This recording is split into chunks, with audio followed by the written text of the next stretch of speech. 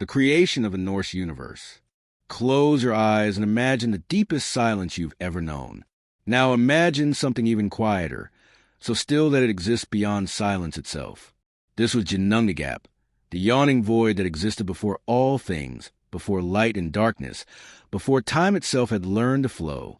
In the beginning, there was nothing but emptiness. Not the kind of emptiness we might find in a vacant room or an open field, but profound void that stretched infinitely in all directions. The ancient Norse called this primordial abyss Ginnungagap, literally meaning the gaping gap or the yawning void. It was neither light nor dark, neither warm nor cold, for such concepts had not yet been born. It simply was, in all its magnificent nothingness, waiting with the patience of eternity for creation to begin. Yet even in this vast emptiness, the seeds of existence stirred. To the north of Ginnungagap lay Niflheim, the realm of mist and ice. Picture, if you will, a land where winter reigns eternal, where crystalline formations of ice stretch endlessly across a landscape shrouded in pearl-white fog. Here, 11 rivers flow with waters so ancient they remember the dreams of unborn worlds. These rivers, called the Ilivigar, carry with them a peculiar magic. As their waters flowed further from their source, they began to freeze, layer upon layer, building mountains of ice that sparkle with their own inner light. To the south, in perfect opposition, lay Muspelheim, the realm of primordial fire. This was not the warm, comforting fire of a hearth or the playful flames of a campfire, but the raw, creative force of cosmic flame itself. Rivers of molten light flowed through landscapes of burning crystal, where every breath of air shimmered with heat that could forge stars. The guardian of this realm was Surtr, a giant whose sword blazed with the fire of creation itself, waiting patiently for his role in the great cycles of time. For countless eons, these two realms existed in perfect separation, each maintaining its essential nature. Niflheim breathed out its cold mists, while Muspelheim radiated its ancient heat. But the universe has its own wisdom, and slowly, inevitably, the warm air from Muspelheim began to drift northward, while the cold winds from Niflheim crept southward. In the heart of Ginnungagap, where these opposing forces finally met, something miraculous occurred. The meeting of fire and ice did not result in violent destruction, as one might expect, but in the gentle miracle of creation. The ice began to melt, drop by precious drop, each droplet carrying within it the potential for life. As the warm winds caressed the ancient ice, it began to thaw with the soft sound of awakening, like the first whisper of spring after an endless winter. From this cosmic melting, from this dance between fire and ice, emerged the first living being, Ymir, the primordial giant. He was vast beyond imagination, his body formed from the sacred meeting of opposing elements. As he slept in the heart of Ginnungagap, Ymir's breathing created the first rhythms of the universe. His heartbeat established the first measure of time. But Ymir was not alone in his cosmic slumber. From the same miraculous melting emerged Audumla, the primordial cow, whose name means rich hornless cow. She was beautiful beyond description, with a coat that gleamed like fresh snow touched by starlight, and udders that provided for rivers of nourishing milk. It was upon this divine milk that Ymir fed, growing stronger with each passing moment. Audumla, in her wisdom, sought her own sustenance. She began to lick the salty ice blocks that surrounded them, and as her warm tongue touched the ancient ice, something extraordinary happened. On the first day of her licking, hair began to appear in the ice. On the second day, a head emerged. By the third day, she had freed an entire man from his icy prison. This man was Buri, whose name means producer or father. He was beautiful and strong, the first of what would become the race of gods. Buri had a son named Bor, and Bor in turn married Besla, a giantess whose wisdom ran as deep as the roots of mountains. From their union came 3 sons who would change the destiny of all existence: Odin, Vili, and Vi. These 3 brothers possessed something that had never existed before in the cosmos: the vision to see beyond what was, to imagine what could be. As they grew to maturity, they looked upon the sleeping giant Ymir and saw not just a being of immense power, but the raw material from which they could craft entire worlds. The decision they made was both terrible and necessary. To create, they would need to sacrifice. To bring order from chaos, They would need to transform Ymir's chaotic existence into something structured and purposeful. With heavy hearts but determined spirits, the three brothers approached their task. When Ymir fell, his death was not violent but transformative, like the changing of seasons or the setting of the sun. His blood became the seas and oceans, flowing with tidal wisdom around the worlds that were yet to be born. His flesh became the solid earth, rich with the potential for all growing things. His bones became the mountains, standing as eternal guardians over the landscapes below. From Ymir's skull, the brothers crafted the vast dome of the sky, so immense that it could shelter all creation beneath its protective curve. To hold this cosmic ceiling in place, they positioned four dwarfs at the cardinal points: Nori in the north, Suri in the south, Austri in the east, and Vestri in the west. These steadfast guardians would forever hold up the heavens, ensuring that the sky would never fall. Ymir's brain, scattered to the winds, became the clouds that would bring both rain and inspiration to the worlds below. His eyebrows formed Midgard, the middle world, creating a protective barrier that would one day become the home of humanity. Even Ymir's eyelashes found purpose, transformed into the gentle waves that would caress the shores of countless lands. But the brothers' work was far from complete. Taking glowing embers from Muspelheim, they created the sun and moon, setting them on their eternal paths across the sky. The sun, radiant and life-giving, would chase away the darkness and bring warmth to growing things. The moon, gentle and mysterious, would govern the tides and inspire dreams in those who gazed upon its silver face. For the stars, they scattered sparks and glowing fragments throughout the heavens, each one a tiny beacon of hope and wonder.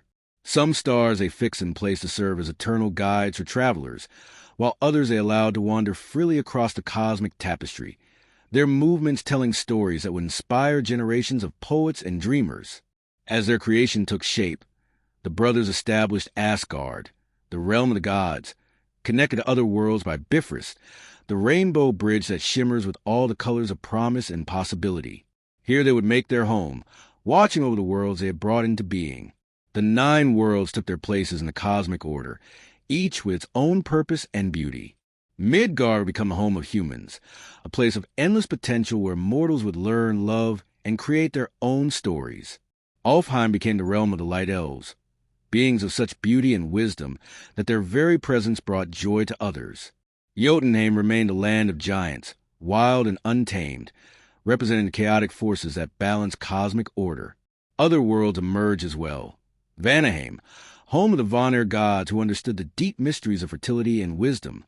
Nidavellir, where the skilled dwarfs would forge wonders beyond imagination. Helheim, the realm of the dead, where those who died of sickness or old age would find rest and peace.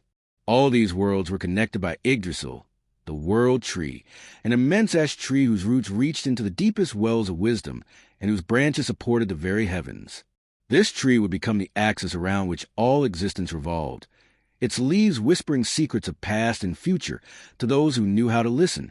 As the brothers stepped back to admire their work, they saw that it was good. From a void of Ginnungagap, from a meeting of fire and ice, from the sacrifice of Ymir, they had created not just worlds, but the very possibility of story itself. Every sunset would remember Ymir's transformation. Every mountain would stand as a monument to purposeful sacrifice, and every ocean would carry the memory of how chaos became cosmos.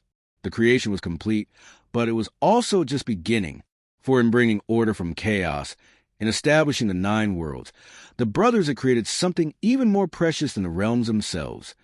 They had created a stage upon which countless stories would unfold, where gods and giants, elves and dwarfs, and eventually humans would write their tales of love and loss, wisdom and wonder, heroism and hope. And in the gentle evening breeze that now stirred to the newly formed worlds, in the soft lapping of Ymir's blood seas against earth and shores, in the patient strength of bone mountains holding up the sky, the echo of that first cosmic melting could still be heard.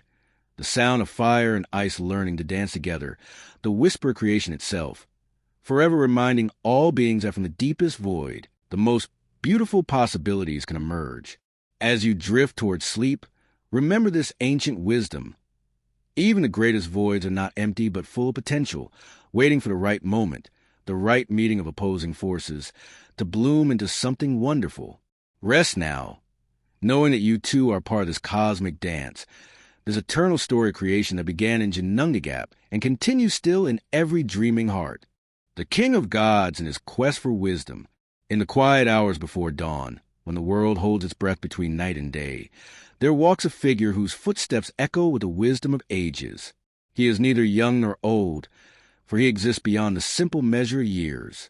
He is Odin, the All-Father, and his story is one of endless seeking, of questions that birth more questions, of a hunger for understanding that burns brighter than any star.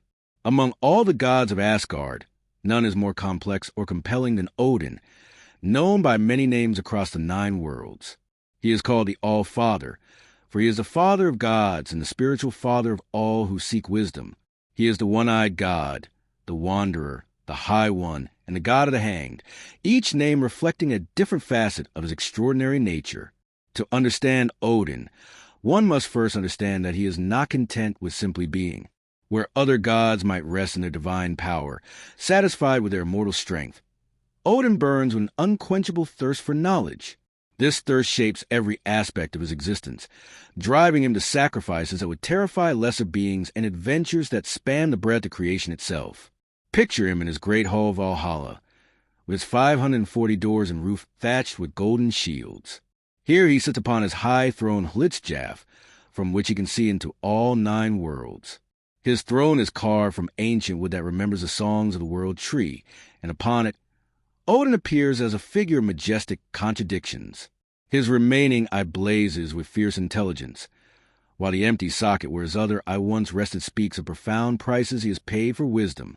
Draped across his shoulders rests his magnificent cloak, woven from the twilight itself, and shifting between blue and gray like storm clouds at dusk.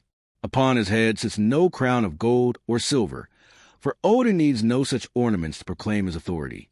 Instead, he wears a wide-brimmed hat that casts shadows across his weathered features, the hat of a wanderer, a seeker, one who walks the roads between worlds.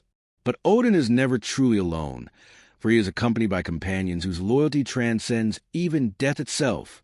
Upon his shoulders perch 2 ravens, Hugin and Munin, thought and memory. These are no ordinary birds, but extensions of Odin's consciousness itself, creatures of such intelligence that they serve as his eyes and ears throughout all creation. Each morning, as the sun begins its journey across the sky, Hugin and Munin spread their midnight wings and fly forth from Asgard. They soar over Midgard, watching the daily lives of humans unfold with all their joys and sorrows. They glide to the mists of Nibelheim, observe the fiery workshops of the dwarfs, and even venture into the chaotic realm of the giants. Nothing escapes their keen observation. No secret remains hidden from their ancient eyes. By evening, they return to Odin's shoulders, and in their otherworldly language, they whisper to him all they have seen and heard.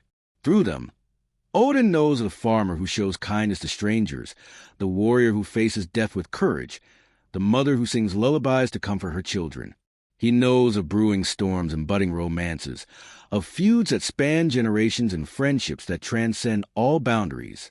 Yet even these faithful ravens sometimes cause Odin worry, for he fears that one day Hugin might not return, that thought might abandon him. But it is a possible loss of Munin that troubles him most deeply, for without memory, what is wisdom but empty knowledge scattered to the winds? At Odin's feet lies another faithful companion, Jerry and Freki, 2 wolves whose names mean the greedy ones. These magnificent beasts share Odin's own complex nature, embodying both the wild freedom of the hunt and the loyalty of devoted guardians. They feast upon the meat served in Valhalla, for Odin himself requires no mortal food, sustaining himself instead on the wisdom he continuously seeks and the mead of poetry that flows from eternal wells.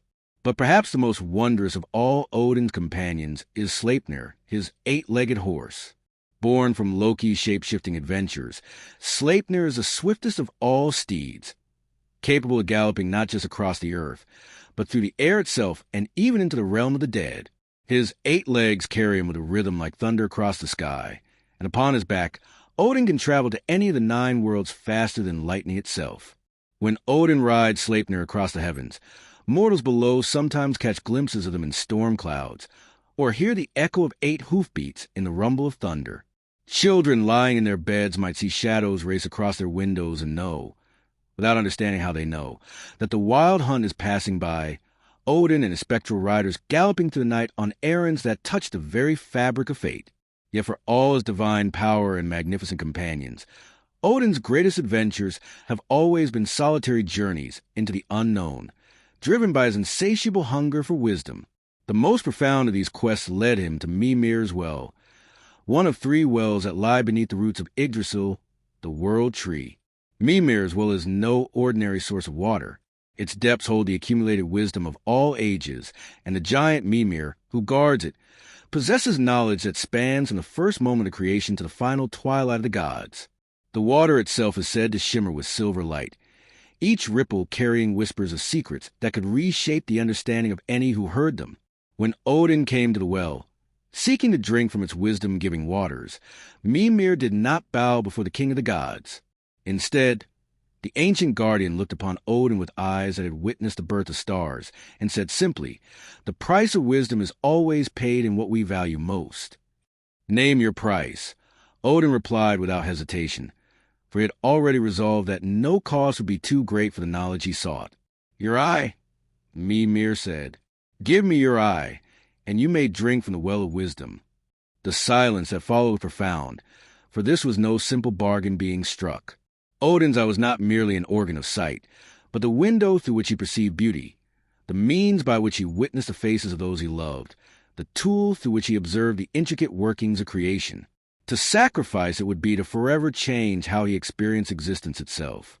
Yet Odin did not hesitate long. With his own hand, he plucked out his eye and offered it to Mimir, who accepted it and placed it carefully in the well, where it continues to rest, gazing upward from the depths like a fallen star. In return, Odin was permitted to drink deeply from the waters of wisdom. The knowledge that flowed into him with that drink was overwhelming. He saw the connections between all things, understood the hidden patterns that govern fate, and glimpsed a twilight that would one day claim even the gods themselves.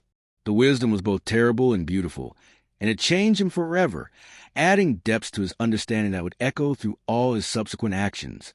But Odin's quest for knowledge did not end at Mimir's Well.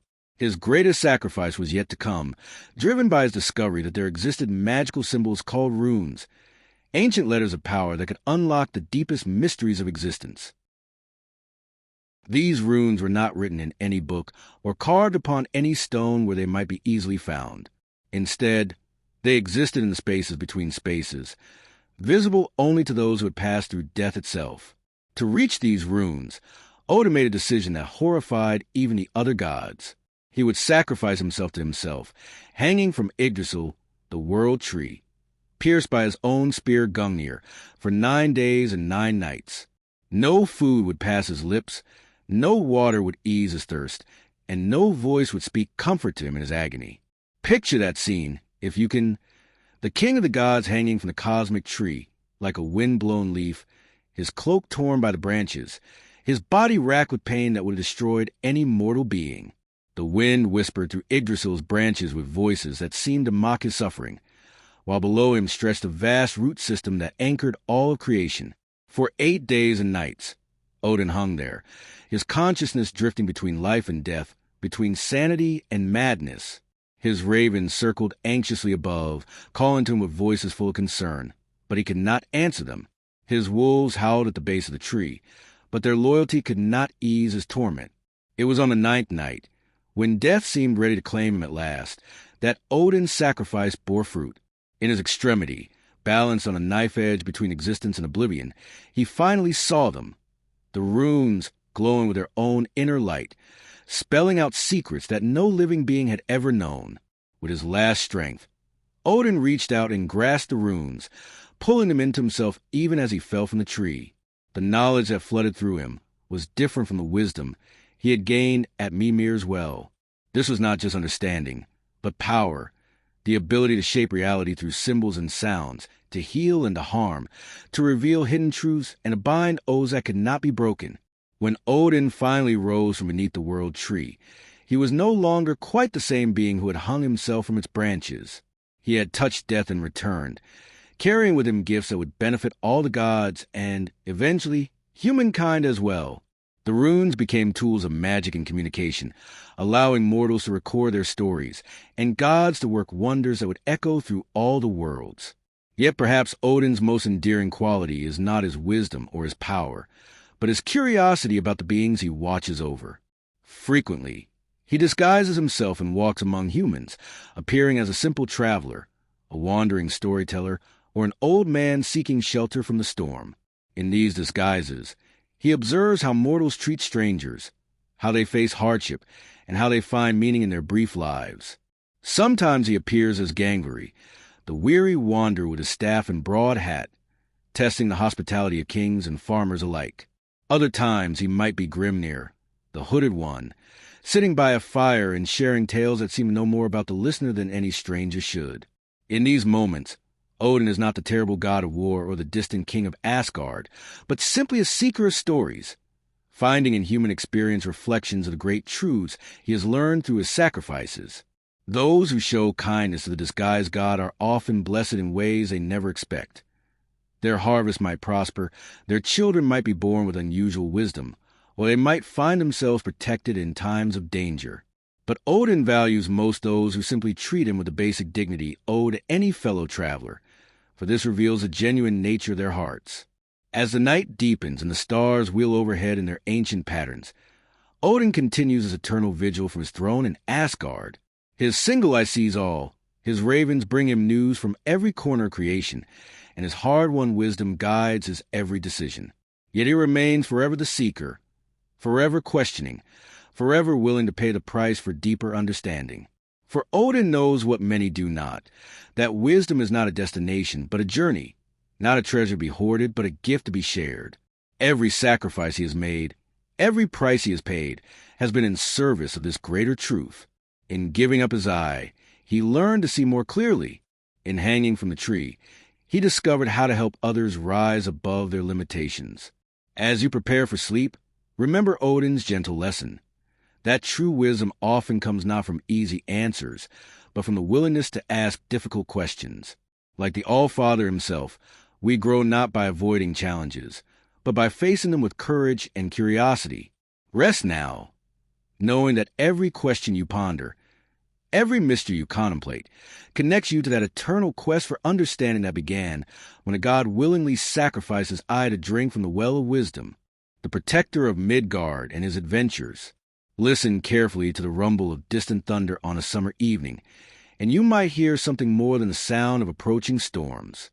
You might hear the wheels of Thor's chariot rolling across the heavens, pulled by his mighty goats, as he rides forth on another mission of protection.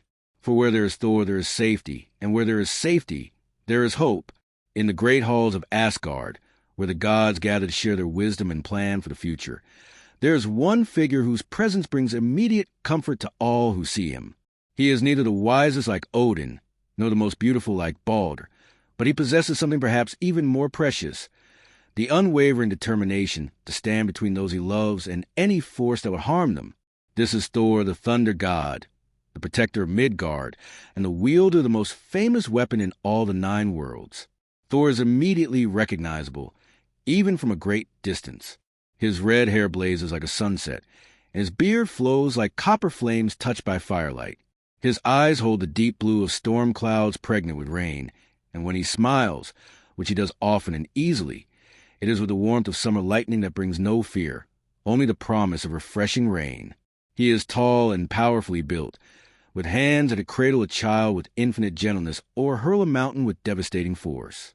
Upon his hands rest iron gloves called Jarngrip, crafted by the skilled dwarfs to allow him to safely grip his legendary weapon. Around his waist is clasped Megingr, the belt of strength, which doubles his already impressive divine power when he buckles it tight. But it is the weapon he carries that makes him truly formidable. Mjolnir, the hammer that had become synonymous with protection itself. The story of how Thor came to possess Mjolnir is itself a tale of friendship, mischief, and the unexpected consequences of vanity. It began, as many of the most interesting stories do, with Loki getting into trouble. The shapeshifter had been admiring Sif, Thor's beloved wife, whose hair was so beautiful it rivaled the golden fields of grain that fed the world. In a moment of inexplicable foolishness, or perhaps cruel jest, Loki crept into her chamber while she slept and cut off all her magnificent hair. When Sif awoke and discovered her loss, her grief was so profound that it seemed the very crops of Midgard might wither in sympathy. Thor's rage, when he discovered what had happened, was terrible to behold. Thunder shook Asgard, and lightning split the sky as he seized Loki by the throat and promised him torments that would make the punishments of hell seem like gentle caresses. "You will fix this," Thor growled, his voice carrying the rumble of approaching storms, "or I will break every bone in your body, heal you, and break them again." Loki, realizing the magnitude of his error, hastily promised to make amends. He traveled swiftly to Svartalfheim, the realm of the Dark Elves, where the most skilled craftsmen in all creation plied their trades. Here he found the sons of Ivaldi, artists whose ability to work with precious materials was renowned throughout the 9 worlds. "I need hair for the wife of Thor," Loki explained. "Hair more beautiful than what she possessed before, hair that will restore her joy and save me from a very painful fate." The sons of Ivaldi, intrigued by the challenge, set to work with threads of the finest gold, spinning them so thin they became like silk, weaving them with magic so profound that the resulting hair would grow and flow like living strands. When they presented their creation to Loki, even he, who had seen wonders beyond counting, gasped in amazement. The golden hair seemed to capture sunlight and hold it, radiating warmth and beauty that surpassed even Sif's original locks. But Loki, being Loki, could not resist the opportunity for further mischief. As he prepared to leave Svartalfheim, he began to boast about the incredible skill of the sons of Ivaldi, claiming that no other craftsman in all the worlds could match their artistry. This boast reached the ears of 2 dwarf brothers, Brokkr and Eitri, who took great offense at the suggestion that they were inferior to anyone. "We could craft 3 gifts that would make the sons of Ivaldi weep with envy," Brokkr declared boldly. Loki, sensing an opportunity for entertainment and possibly additional treasures, proposed a wager. "If you can indeed create 3 gifts superior to what the sons of Ivaldi have made, I will give you anything you ask. But if you fail, you must admit that they are your betters. And if we succeed," Eitri added with a crafty smile, "we claim your head as our prize." Loki agreed, confident in his ability to talk his way out of any consequences, and the brothers set to work. What followed was a display of craftsmanship so extraordinary that it would be remembered and celebrated for all time. First, they crafted Gullinbursti, a bull with bristles of pure gold, for Freyr. This magnificent creature could run through air and water faster than any horse, and its golden bristles provided light even in the deepest darkness. Next, they forged Gungnir, the spear for Odin, perfectly balanced and enchanted never to miss its target, no matter how skilled or swift the intended recipient might be. But it was their third creation that would become the most famous weapon in all mythology. Into their forge they placed the finest iron, heating it with fires that burned hotter than the heart of stars. Eitri worked the bellows while Brokkr shaped the metal, and as they labored, they poured into their work all their skill, their pride, and their determination to create something truly legendary. The result was Mjolnir, a hammer unlike any weapon that had ever existed. Its handle was perhaps shorter than ideal, for Loki in fly form had stung Brokkr at a crucial moment in the forging, but this minor flaw did nothing to diminish its incredible powers. Mjolnir would never miss its target, no matter how far or fast it was thrown. It would always return to Thor's hand after striking true. Most importantly, it possessed the power to level mountains or crush the skull of any giant. Yet it could also be used with such delicate precision that Thor could crack an eggshell without harming the chick inside. When the gods assembled to judge the contest, they declared Mjolnir the most wondrous of all the gifts, for while the others were beautiful or useful, only Thor's hammer had the power to protect all the 9 worlds from the forces of chaos. Loki, attempting to escape his promised fate, pointed out that while the dwarfs could claim his head, they could not harm his neck, for that had not been part of the bargain. Frustrated but bound by the exact terms of their wager, the brothers settled for sewing Loki's lips shut instead, a punishment that provided the gods with considerable peace and quiet, at least temporarily. From the moment Thor first hefted Mjolnir, feeling its perfect weight and balance, he knew that he had been given more than just a weapon. He had been entrusted with a safe. The hammer did not make him a destroyer, but a protector, and he embraced this role with a wholehearted dedication that characterized everything he did. Thor's protection extended far beyond the walls of Asgard. He became the special guardian of Midgard, the world of humans, and his love for mortal folk was both genuine and profound. Unlike some gods who viewed humans as amusing but ultimately insignificant creatures, Thor saw in them a courage and resilience that he deeply admired. They lived such brief lives, yet they faced their challenges with determination that often surpassed that of immortal beings. When giants threatened human settlements, it was Thor who answered the call for help. When monsters emerged from the wild places to terrorize villages, Thor would appear with thunder announcing his arrival and lightning illuminating his red hair and fierce smile. The sound of Mjolnir striking its targets became, for humans, not a sound of destruction but a salvation. One of Thor's most famous adventures took him deep into Jotunheim, the land of the giants, on a mission that would test not only his strength but his wisdom and courage. He had learned that the giants were planning a massive assault on both Asgard and Midgard, gathering forces that might overwhelm even the combined might of the gods. Disguising himself as a young man named Vir, Thor traveled to Jotunheim accompanied by Loki, who relished any opportunity for adventure and mischief. They sought audience with Utgard-Loki, the king of the giants, claiming to be travelers seeking to test their skills against the renowned strength and cunning of the giant folk. Utgard-Loki, a massive figure whose head seemed to brush the clouds, welcomed them with a kind of hospitality that felt more like a challenge. "We have heard tales of the strength of the Aesir," he rumbled, his voice like distant avalanches. "Perhaps you would care to demonstrate your abilities?" What followed was a series of contests that seemed designed to humble the visitors. Thor was challenged to drain a drinking horn that appeared simple enough. But no matter how deeply he drank, the level of liquid barely seemed to drop. He was asked to lift a cat that looked ordinary, but despite his divine strength, he could barely raise one of its paws from the ground. Finally, he was challenged to wrestle an old woman who appeared frail and harmless, but who proved to be so sturdy that Thor, exerting all his might, could barely bring her to one knee.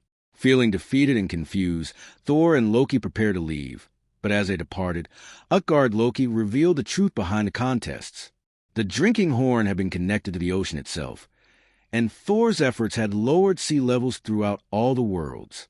The cat had been the Midgard serpent, Jormungandr, disguised through giant magic, and Thor had actually lifted the enormous creature so high that its back had briefly lost contact with the ocean floor.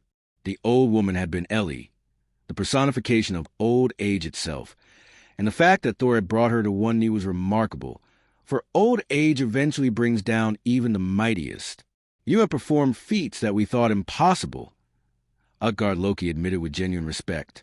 "Your strength is far greater than we imagined, and we will remember this day with both wonder and caution." But Thor's most legendary aquatic adventure was yet to come. Determined to face the Midgard serpent properly, without the deceptions of giant magic, Thor convinced the giant Hymir to take him fishing. Hymir was reluctant, for he knew that Thor's presence on any fishing expedition would likely lead to extraordinary and possibly dangerous events. But Thor's enthusiasm was impossible to resist. They set out in Hymir's boat on waters that stretched to the very edges of the world. Thor had prepared carefully for this expedition, bringing as bait the head of Himinrot, Hymir's largest ox. The giant was horrified by this waste of good livestock, but Thor assured him that only the most substantial bait would be sufficient for the catch he intended to make. As they reached the deepest part of the ocean, where the water was so dark it seemed to swallow light itself, Thor cast his line with the ox head attached to the strongest hook that dwarfish craft could create. The bait sank down through layers of water that had never seen sunlight, until it reached the very bottom of the sea, where Jormungandr lay coiled around the roots of the world.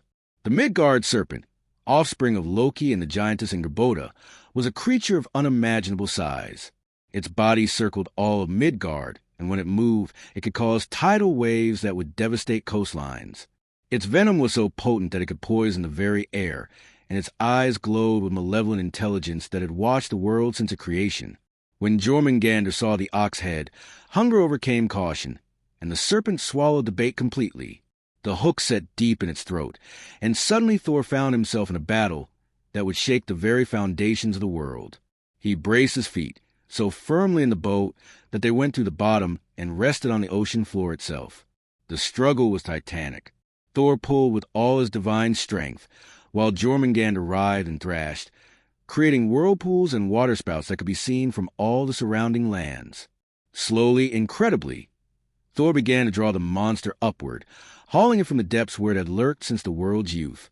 When Jormungandr's massive head finally broke the surface of the ocean, the sight was both terrifying and awe-inspiring. The serpent's eyes blazed with fury and pain, and its breath came in clouds of toxic vapor that made the very air shimmer with poison. It opened its enormous jaws, preparing to strike at Thor with fangs that could pierce through mountain stone. Thor raised Mjolnir, ready to strike the killing blow that would rid the world of this ancient menace. But at the crucial moment, Hymir, paralyzed with fear at the sight of the monster, cut the fishing line. Jormungandr sank back into the depths, disappearing beneath the waves with a sound like thunder echoing through underwater caverns. Though disappointed at being denied his victory, Thor understood that this encounter was not truly an ending, but a promise of future meeting. He knew that he and the Midgard serpent were destined to face each other again, in circumstances that would determine the fate of all the worlds. Until that day came, he would continue his eternal vigilance, protecting those who could not protect themselves. Thor's presence in the world was like a warm hearth in a great hall. Wherever he went, people felt safer, more hopeful, more confident that tomorrow would come and bring with it new possibilities. Children would point to Storm Cloud and say, "Thor is riding across the sky." And instead of fear, they felt excitement and security. Farmers would smile when thunder announced approaching rain, knowing that their crops would be nourished by the blessing of the thunder god. In every rumble of thunder, in every flash of lightning that illuminates the night, in every storm that clears the air and brings fresh rain to thirsty earth, Thor's protecting presence can still be felt. His strength is not the brutal force of conquest, but the gentle power of a guardian who stands watch while others sleep, ensuring that darkness never fully conquers light, that chaos never completely overwhelms order, and that hope always has a defender. As you drift toward sleep, let the distant sound of thunder comfort rather than frighten you, for it speaks of Thor's continuing watch over all who need protection. Rest peacefully, knowing that somewhere in the realms beyond sight, a red-bearded god with kind eyes and a mighty hammer stands ready to defend all that is good and precious in the world. Like the rumble of his chariot wheels across the heavens, his protection is constant, reliable, and filled with the warmth of genuine care. The goddess of love, war, and magic, in the gentle hours between twilight and true darkness, when the world seems to hold its breath and magic feels closer than usual, there walks a goddess whose very presence makes flowers bloom and hearts remember their capacity for both tender love and fierce courage. She is Freya, and her story teaches us that the most powerful magic is found not in grand gestures, but in the deep mysteries that connect all living things. Among all the goddesses of Asgard, none is more captivating or complex than Freya, whose name means lady and whose nature encompasses the full spectrum of feminine power. She is simultaneously the gentlest and most fierce of deities, embodying paradoxes that lesser beings might find impossible to reconcile. In her, love and war dance together like partners who have known each other since the dawn of time, each making the other more beautiful and more meaningful. Freya belongs to the Vanir, an ancient family of gods associated with fertility, wisdom, and the ability to see into the future. When the great war between the Vanir and the Aesir finally ended in peace and mutual respect, Freya came to Asgard not as a conquered enemy, but as a treasured addition to the divine community. Her arrival brought with it knowledge and abilities that would forever change the magical landscape of the Nine Worlds. To look upon Freya is to understand why poets struggle for words adequate to describe true beauty. Her hair flows like spun gold touched by sunlight, shifting between the pale yellow of early morning and the rich amber of sunset. Her eyes hold the deep blue-green of ocean depths, sometimes sparkling with laughter like light dancing on waves, sometimes growing dark and mysterious as storm-tossed seas. When she moves, it is with the fluid grace of wind through wheat fields, and when she speaks, her voice carries the music of streams flowing over smooth stones.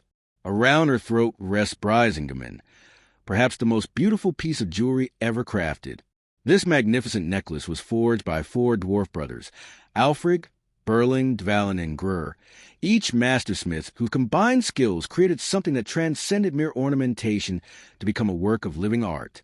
The necklace consists of interwoven chains of the finest gold, set with gems that seem to capture and hold starlight itself.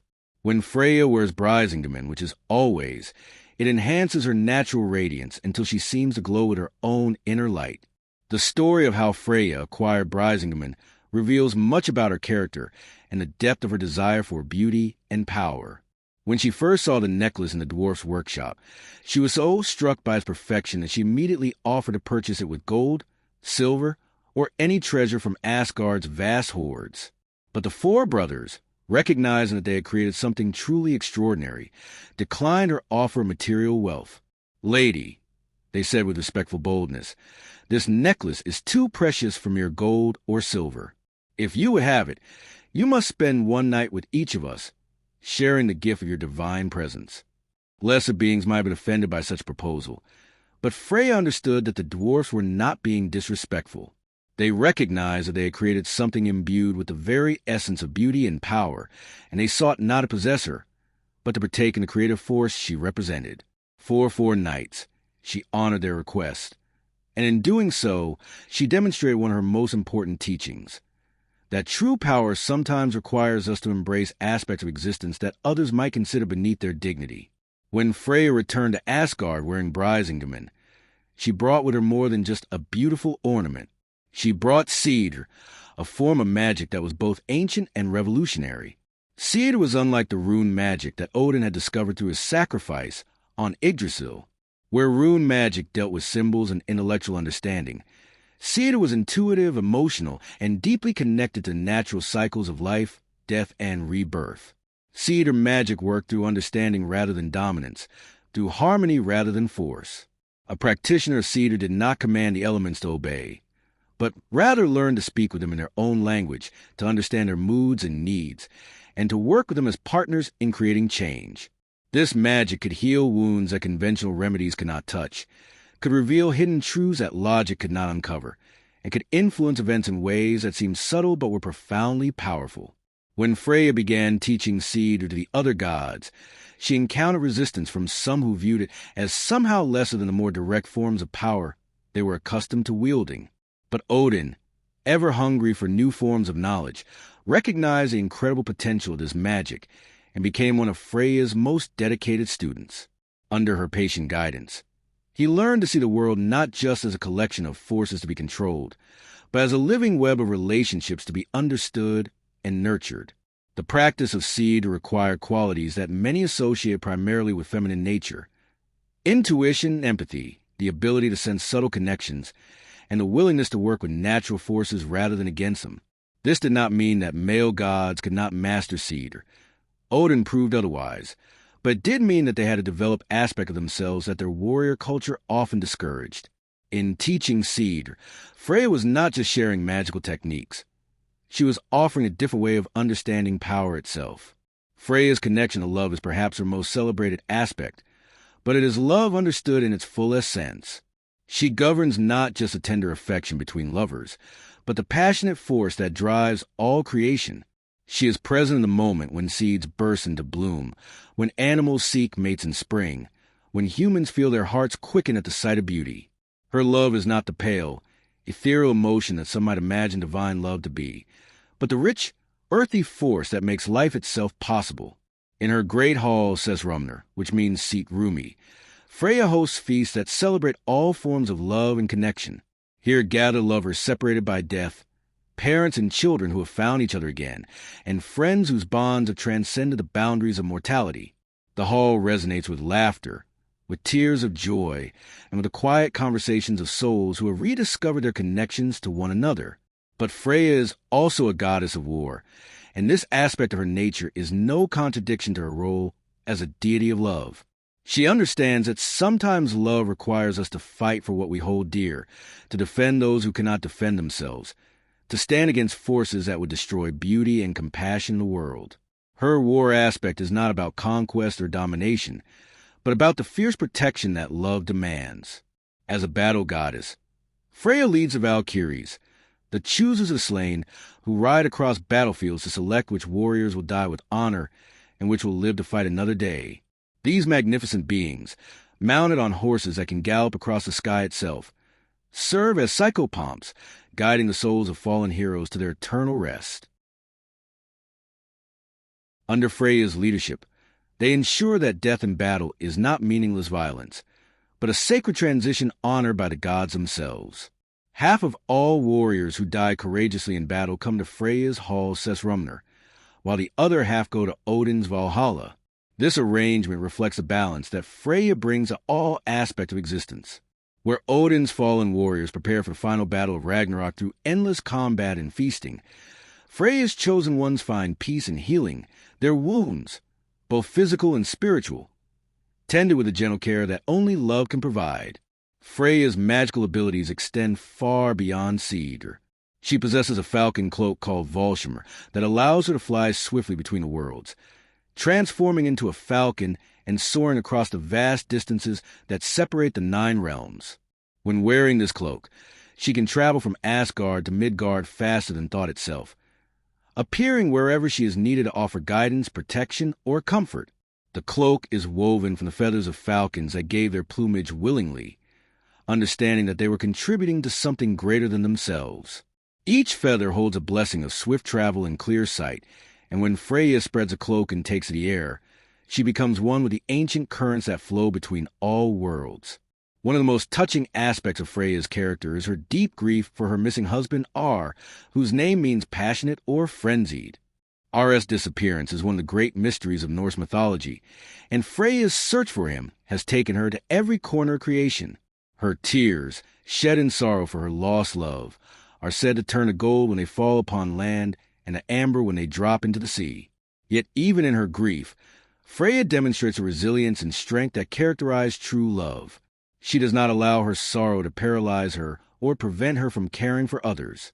Instead, she channels her pain into compassion, understanding that all beings experience loss and separation, and using her own experience to help others navigate their own sorrows.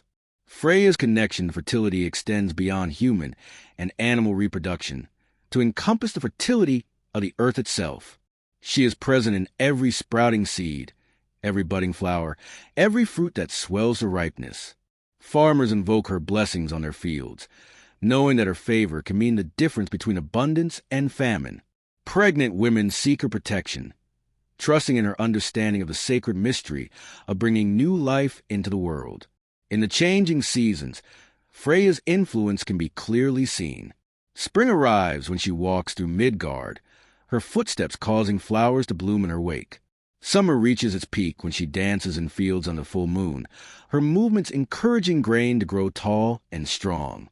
Even winter acknowledges her power, for it is during the darkest months that seeds rest in the earth, gathering strength for the rebirth that Freya will bring with the returning light. The goddess also governs a magic of transformation, not the dramatic shape-shifting that Loki practices, but the slower, deeper changes that occur when beings learn to embrace different aspects of their nature.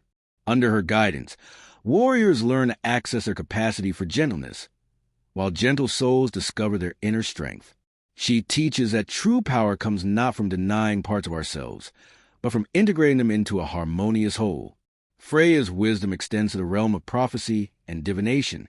She can see the threads of fate as they weave through the lives of gods and mortals alike, understanding how present choices will influence future outcomes. Yet she uses this knowledge gently, offering guidance rather than commands, helping others see their options rather than dictating their decisions.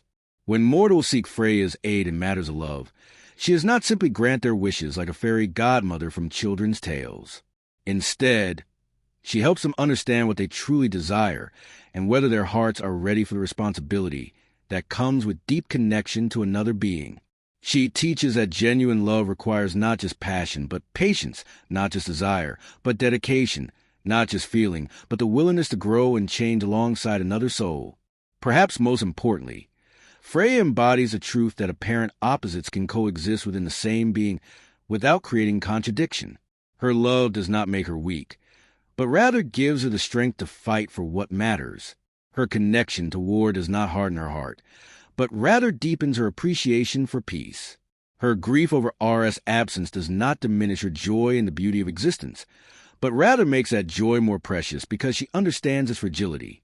In the gentle evening light, when day surrenders to night and the world grows quiet, Freya can sometimes be sensed in the beauty that surrounds us if we know how to look.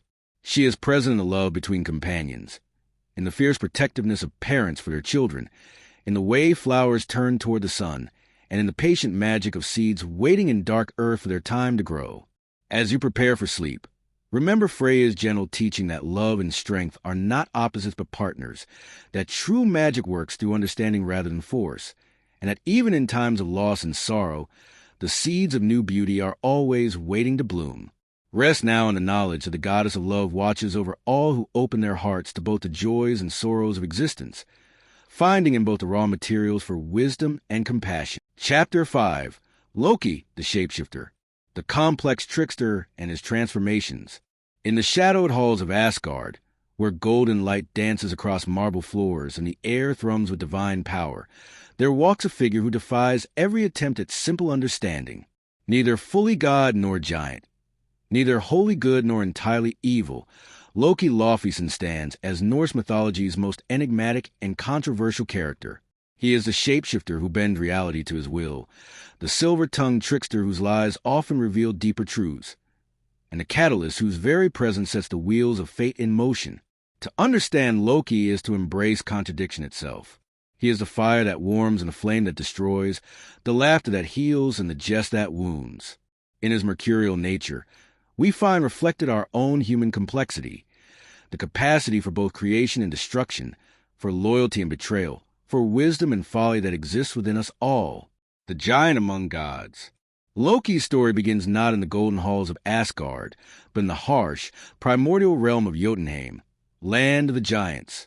Born to Laufey, a giantess whose name means Leafy Island, and Farbauti, whose name translates to cruel striker, Loki carries within his very essence the wild, untamed forces of nature that predate the ordered world of the gods. His parentage marks him as Jotun, a giant, yet his destiny lies intertwined with the Aesir in ways that would reshape the cosmos itself. The circumstances of Loki's adoption into the divine family remain shrouded in the mists of mythic time. Some sources suggest that Odin, the All-Father, recognized something extraordinary in the young giant, perhaps a glimpse of the cunning intelligence that would prove invaluable to the god's survival. Others whisper of ancient oaths sworn in blood, bonds that transcended the traditional enmity between gods and giants. What remains certain is that Loki became more than merely an ally to the Aesir. He became Odin's blood brother, bound by sacred vows that made him family to the divine clan. Yet this adoption was never complete in the eyes of many. Loki remained forever the outsider looking in, the giant born among the divine born, walking the knife's edge between two worlds and belonging fully to neither. This liminal position, existing at the threshold between order and chaos, between friend and foe, would define every aspect of his character and destiny. In his physical form, Loki embodies this duality, described as handsome and well-formed, yet possessing eyes that shift like flame and features that seem to dance with barely contained mischief. He is simultaneously attractive and unsettling. His very presence brings with it an electric tension, as if the air around him crackles with possibility and danger in equal measure. The master of metamorphosis. Of all Loki's supernatural abilities, none is more central to his nature than his power of shape-shifting. Unlike the gods, who possess fixed forms that reflected their divine roles, Loki existed in a constant state of potential transformation. His identity was fluid, mutable, as changeable as flame or wind. This ability to alter his shape, size, and even gender made him uniquely valuable to gods, and uniquely dangerous. Loki's transformations went far beyond simple disguise or illusion.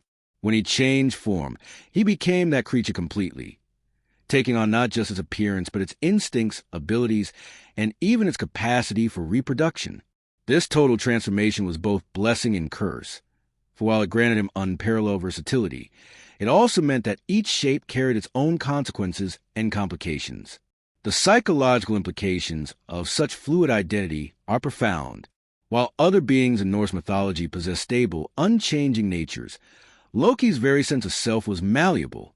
He was, in essence, a being without fixed boundaries, a concept both liberating and terrifying. This lack of fixed identity allowed him to understand and manipulate others with uncanny skill, for he could literally walk in their shoes or hooves or fins. Tales of transformation, the Mare and Sleipnir. Among Loki's most famous transformations is his metamorphosis into a mare, a change that would have consequences reaching to the very roots of cosmic order.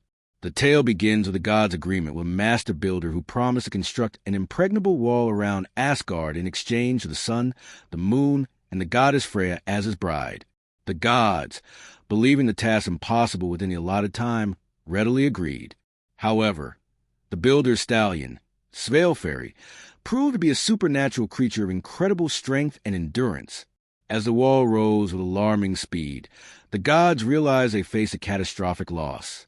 In desperation, they turned to Loki, demanding he find solution to this crisis of their own making. Loki's response revealed both his genius and his willingness to sacrifice himself for the greater good, or perhaps simply his inability to resist a challenge. Transforming into a beautiful mare, he lured Svaelfari away from his work, leading the stallion on a wild chase through forests and across meadows. The distraction worked.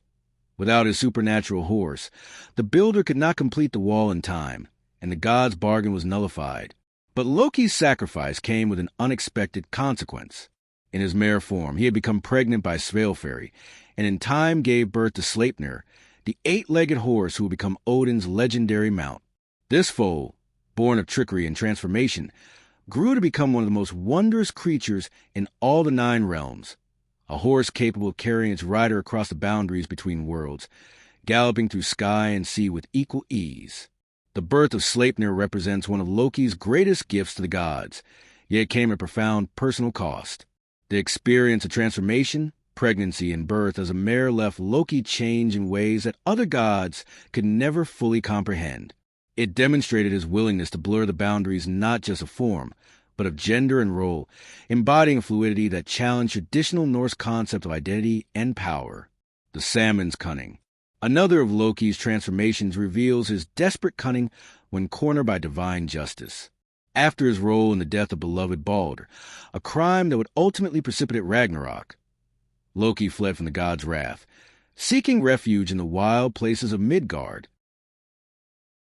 There, in a remote mountain hideaway, he built a house with doors facing all 4 directions, allowing him to see approaching enemies from any angle.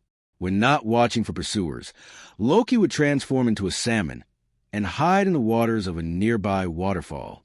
In this form, he found temporary peace, the cool water flowing over his scaled body as he pondered the swift currents that had brought him to this desperate state. Yet even in fish form, his mind remained sharp, calculating the odds of escape and the various strategies his pursuers might employ. His precaution proved wise, for the gods did indeed track him to his refuge. Led by the prophetic wisdom of Odin and the keen insight of Heimdall, they surrounded his sanctuary. In a moment of bitter irony, Loki's own invention, a fishing net he'd been crafting to while away the hours, became the very tool the gods used to catch him. As they cast the net into the waters, Loki the salmon leaped desperately upstream, hoping to escape over the waterfall. But Thor's strong hands were waiting. The thunder god caught the slippery salmon in mid-leap, grasping him so firmly that, to this day, all salmon bear the mark of Thor's grip, their bodies tapering toward the tail where the god's powerful fingers squeezed. This transformation, unlike his others, ended not in triumph or clever resolution, but in capture and the beginning of a punishment that would last until the end of the world. The fly's mischief. Not all of Loki's transformations served grand purposes, or resulted in world-shaking consequences. Sometimes his shape-shifting was driven by simple mischief or petty revenge. One such instance occurred during the creation of some of the gods' most precious treasures, when Loki's interference nearly cost the divine realm some of its greatest artifacts. The tale begins with Loki's typical troublemaking. In a fit of jealous spite, he cut off Sif's magnificent golden hair while she slept. When Thor discovered this violation of his beloved wife, his rage was volcanic. Faced with the thunder god's promise of painful retribution, Loki hastily promised to replace Sif's hair with something even more beautiful. Seeking aid from the dark elves of Svartalfheim, Loki commissioned not only new hair for Sif, spun for the finest gold and more beautiful than sunlight, but also additional gifts. Gungnir, Odin's unerring spear, and Skidbladnir, Freyr's ship that could sail through air and water alike and be folded up like cloth when not in use. However, Loki's pride led him to boast about these wonders to other craftsmen. specifically the dwarf brothers Eitri and Brokkr. Stung by the implication that the Dark Elves were superior artisans, the dwarf brothers wagered they could create even finer treasures. Loki, ever ready for a challenge, bet his own head that they could not. The brothers set to work, and Loki, realizing the bet might not go in his favor, decided to sabotage their efforts. Transforming into a fly, he buzzed around their workshop, landing on each brother in turn and stinging them at crucial moments in their work. First, he stung Eitri on the hand as he worked the bellows for Gullinbursti, the golden board destined for Freyr. Then, he stung Brokkr on the neck while they forged Draupnir, the golden arm ring that would produce 8 identical rings every night for Odin. Finally, as they worked on their masterpiece, Mjolnir, the hammer intended for Thor, Loki stung Brokkr on the eyelid, causing the dwarf to falter just as he was setting the handle. This interference resulted in Mjolnir's famously short handle, though it did nothing to diminish the hammer's incredible power to never miss its target and always return to Thor's hand. When the gods judged the contest, they declared the dwarf's creation superior, particularly praising Mjolnir as the finest treasure because it could protect Asgard from the giants. Loki had lost his wager and owed his head to the brothers. However, in a display of typical cunning, he argued that while they could have his head, they had not won his neck, and one could not be taken without damaging the other. Frustrated but bound by the letter of their agreement, the dwarfs instead sewed Loki's lips shut with magical thread, giving him a taste of the consequences of his silver tongue. Father of monsters. Perhaps the most consequential aspect of Loki's nature was his role as the father of beings that would play crucial roles in the twilight of the gods. His union with the giantess Angerboda in the iron wood of Jotunheim produced 3 offspring whose very existence would shape the destiny of the cosmos. Fenrir the wolf, Jormungand the world serpent, and Hel, the goddess of the dead. Fenrir, the great wolf, embodied raw, untamed power that grew beyond all expectations. Initially raised among the gods in Asgard, the wolf's rapid growth and increasing strength eventually terrified even the bravest of the Aesir. Only Tyr, the god of war and justice, was brave enough to feed the beast.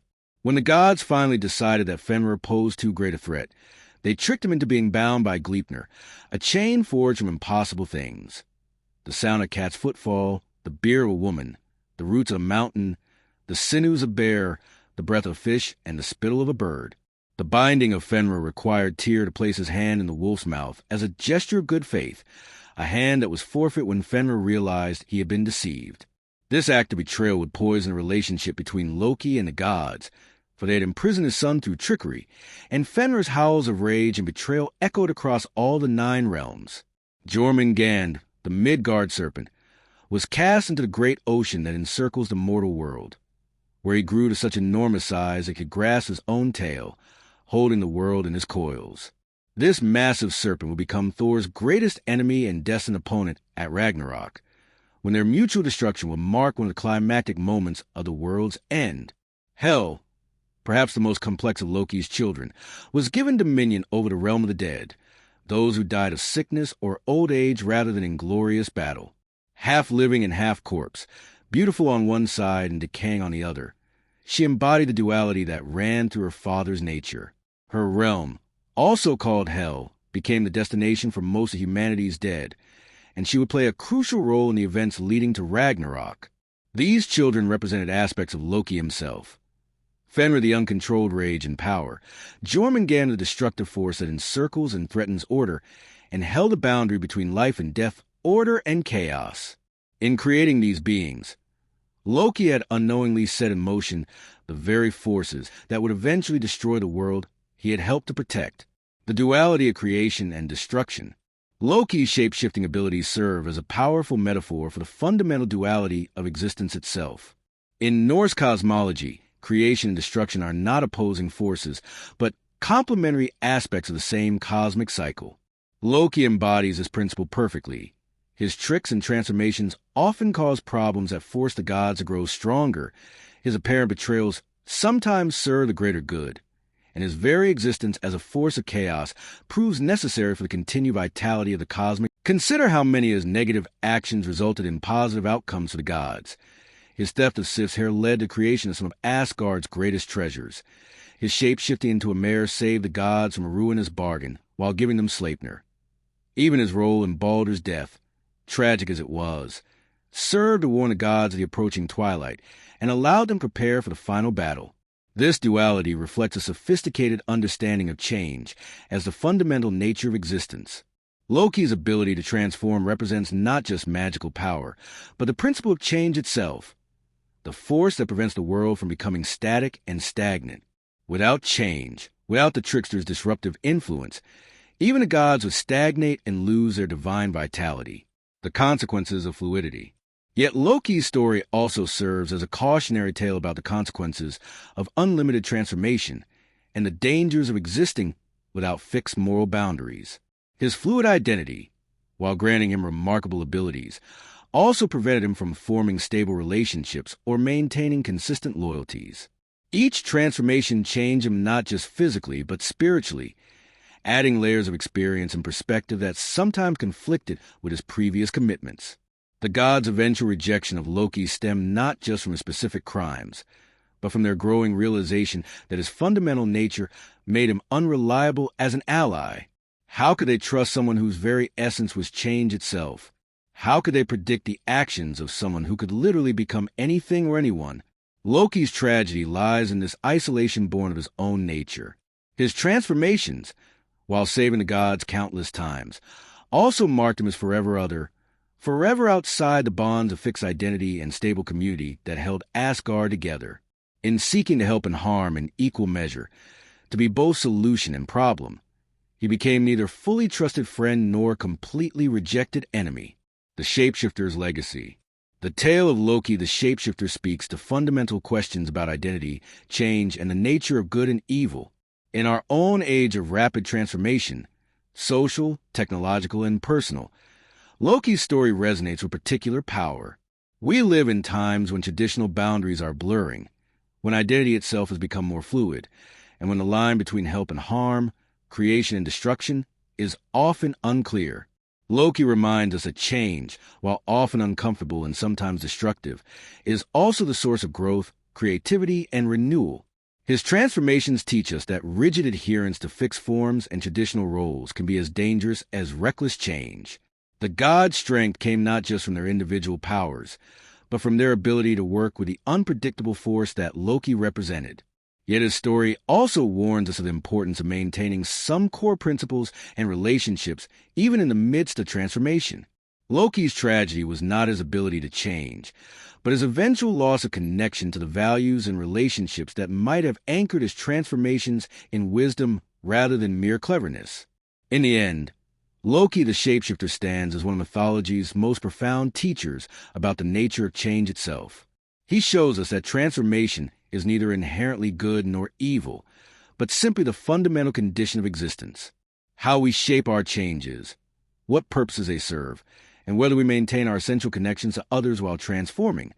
These are the choices that determine whether our shape-shifting leads to creation or destruction, growth or chaos, wisdom or mere cunning.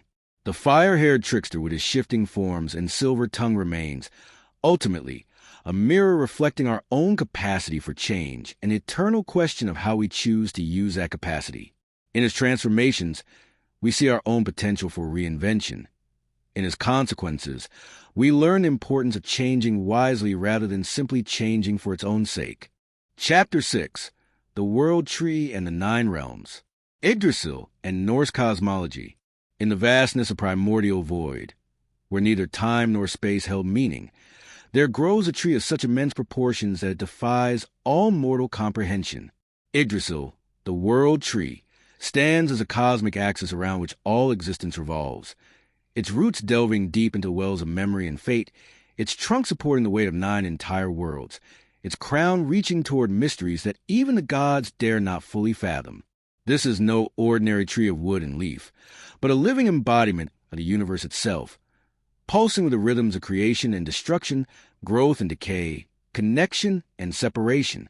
To understand Norse cosmology is to understand Yggdrasil, for the great ash tree serves as both the foundation and the framework of reality.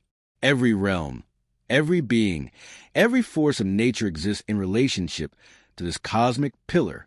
Its branches shelter the halls of gods and giants alike, Its roots drink from the most sacred wells of wisdom and destiny, and through its vast network of connections flow the currents that bind all existence into a single, intricate tapestry of meaning. The very name Yggdrasil carries profound significance.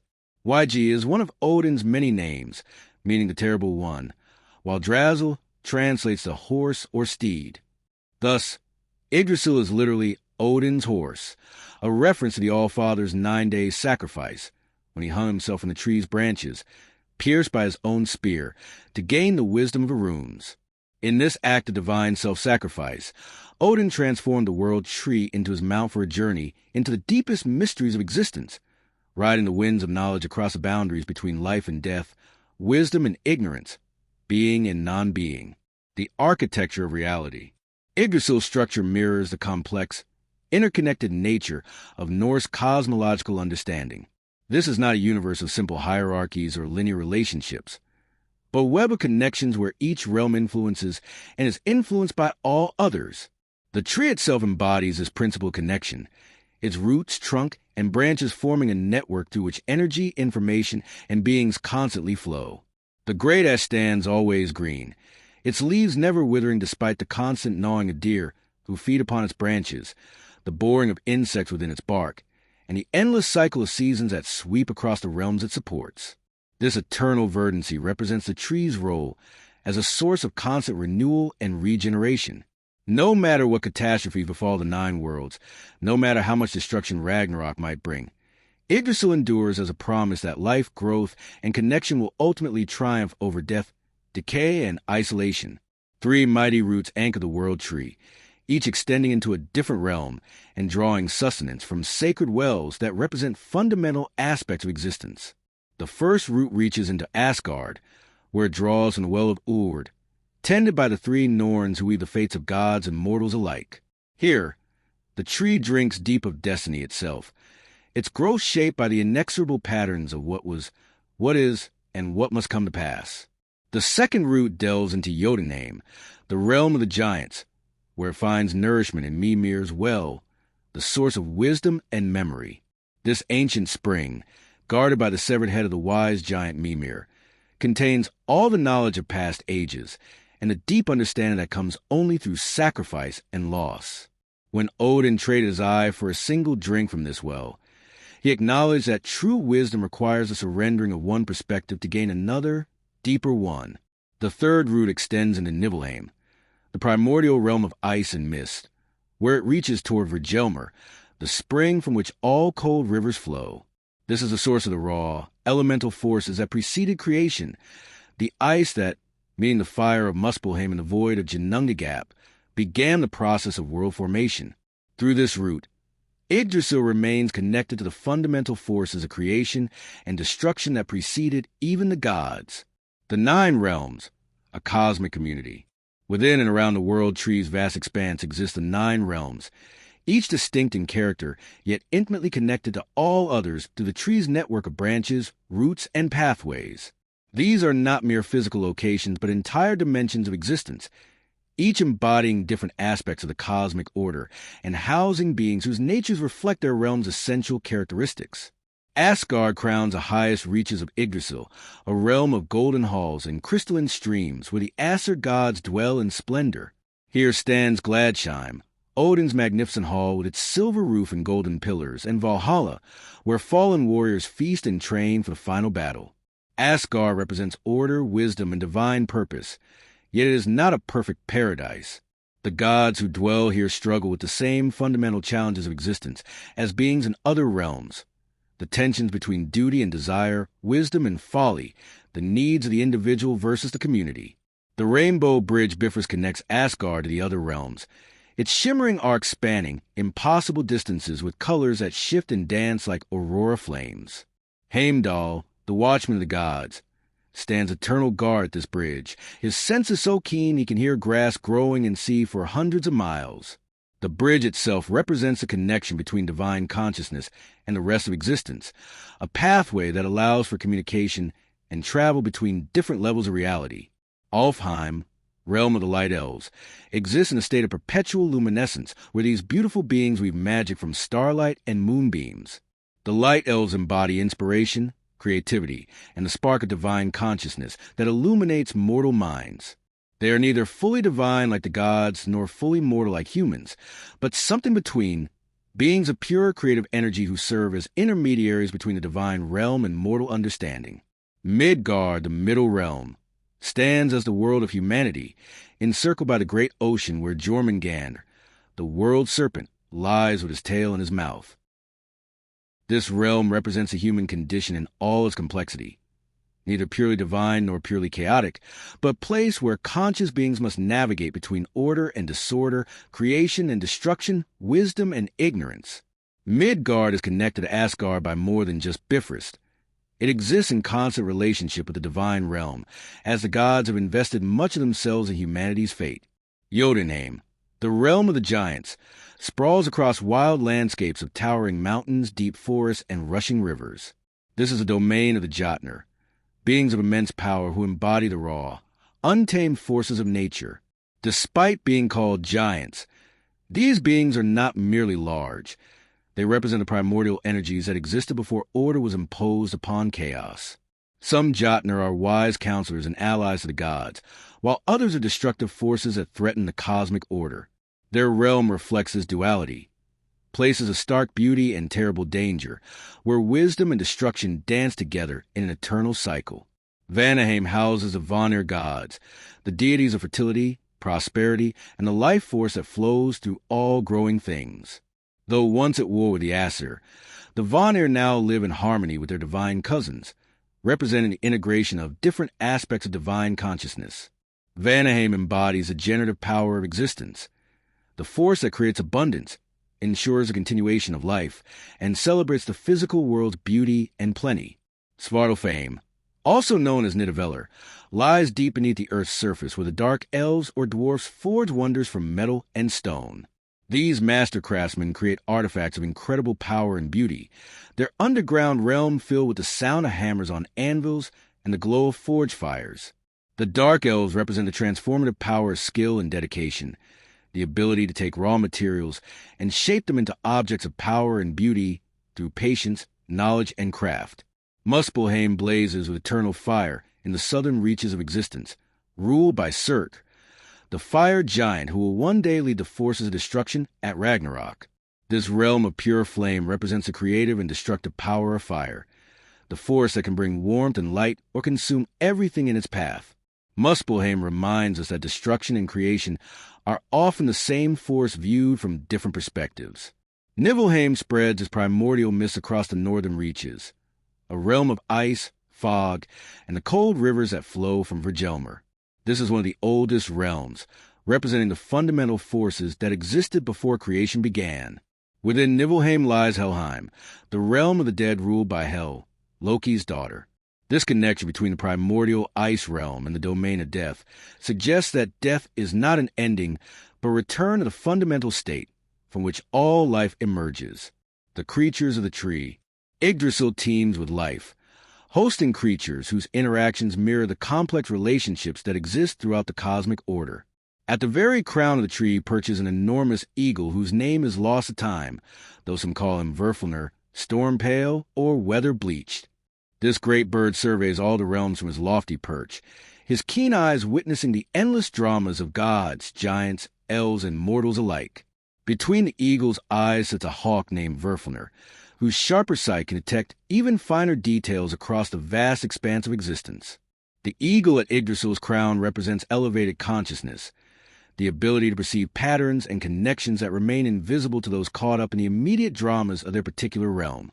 From a supreme vantage point, he witnesses the ebb and flow of cosmic forces, the rise and fall of civilizations, the eternal dance between order and chaos that gives meaning to existence itself. At the opposite extreme, gnawing constantly at Yggdrasil's roots, rise the dragon NHGR Malice Striker. This serpentine creature embodies the forces of decay and dissolution that work to unmake what has been created. Yet NHGR's role is not merely destructive. His constant gnawing serves to prune dead and diseased portions of the world tree's roots, ensuring that new growth can emerge. Like the eagle above, the dragon represents a necessary aspect of the cosmic order, the principle of decay and renewal, without which the tree would become choked with its own accumulated growth. Between these two extremes scurries Ratatosk, the squirrel whose name means drill tooth or boar tooth. This small but significant creature carries messages up and down Yggdrasil's trunk, though these messages often serve to stir up conflict rather than promote harmony. Ratatosk delights in carrying insults between the eagle and NHGR, ensuring that their ancient enmity never diminishes. Yet this apparent mischief-making serves a crucial function in maintaining the dynamic tension that keeps the cosmic order vital and ever-changing. Ratatosk represents the force of communication itself, the flow of information that connects all levels of existence. His messages may often be inflammatory, but they ensure that no part of the cosmic order becomes isolated from the rest. Through his ceaseless running up and down the world tree, he maintains the connections that allow the entire system to function as a unified whole. For mighty stags, Dane, Dvalin, Dunir, and Durar also roam among Yggdrasil's branches, feeding on its leaves and buds. Their names translate roughly to dead, delayer, thundering in the ear, and slumbering, suggesting that they represent different aspects of time and consciousness. Their constant feeding prevents Yggdrasil from becoming overgrown, while providing nourishment that they transform and distribute throughout the cosmic system. The wells of wisdom. The three wells that nourish Yggdrasil's roots represent different aspects of knowledge and understanding that flow throughout the cosmic order. The well of Ord, tended by the Norns, contains the waters of fate and destiny. Here, past, Verandi, present, and Skuld, future, weave the threads of destiny for all beings, their tapestry encompassing not just individual fates, but the great patterns that shape the rise and fall of civilizations, the cycles of seasons, and the ultimate destiny of the cosmos itself. The Norns' work at the Well of Ord illustrates the Norse understanding that fate is not a simple predetermination, but a complex web of interconnected possibilities. Each thread they weave influences and is influenced by every other thread, creating patterns of meaning that emerge in the interactions between choice and consequence, action and reaction, intention and result. Mimir's well, the source of wisdom and memory, represents a different kind of knowledge, the deep understanding that comes from experience, reflection, and the willingness to pay the true cost of insight. Mimir himself, the wise giant whose head was severed in the war between the Aesir and Vanir, continues to provide counsel from his position as guardian of the well. His sacrifice parallels Odin's, suggesting that true wisdom always requires the surrendering of something precious in exchange for deeper understanding. The third well, Vergelmer in Nibelheim, represents the source of all flowing water and, by extension, the fundamental life force that animates all existence. From this ancient spring flow the cold rivers that helped shape the world in its earliest days. This well connects Yggdrasil to the primordial forces of creation, ensuring that the world tree remains rooted in the fundamental energies from which all existence emerges. Symbols of connection and balance. Yggdrasil and the 9 realms it supports offer profound lessons about the nature of existence and our place within the cosmic order. The world tree demonstrates that reality is not a collection of separate, isolated entities, but a vast network of interconnected relationships. Every action in one realm reverberates throughout the entire system. Every being's fate is intertwined with the fate of all others, and the health of the whole depends upon the proper functioning of each part. This understanding challenges modern tendencies toward fragmentation and isolation. The Norse cosmos suggests that individual identity and meaning emerge not from separation, but from relationship, from understanding one's place within the larger web of connections that constitute reality itself.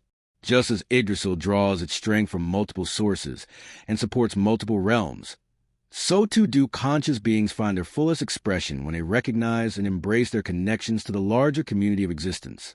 The constant activity within and around the world tree, the eagles watching, NADRS gnawing, Ratatosk's message running, the stags feeding, illustrates that cosmic order is not a static state, but a dynamic balance maintained through ongoing interaction and exchange. The tree endures not because it is unchanging, but because it adapts and responds to the constant forces that shape it while maintaining its essential structure and function. The living universe. Perhaps most significantly, Yggdrasil represents the Norse understanding of the universe as a living entity rather than a mechanical system.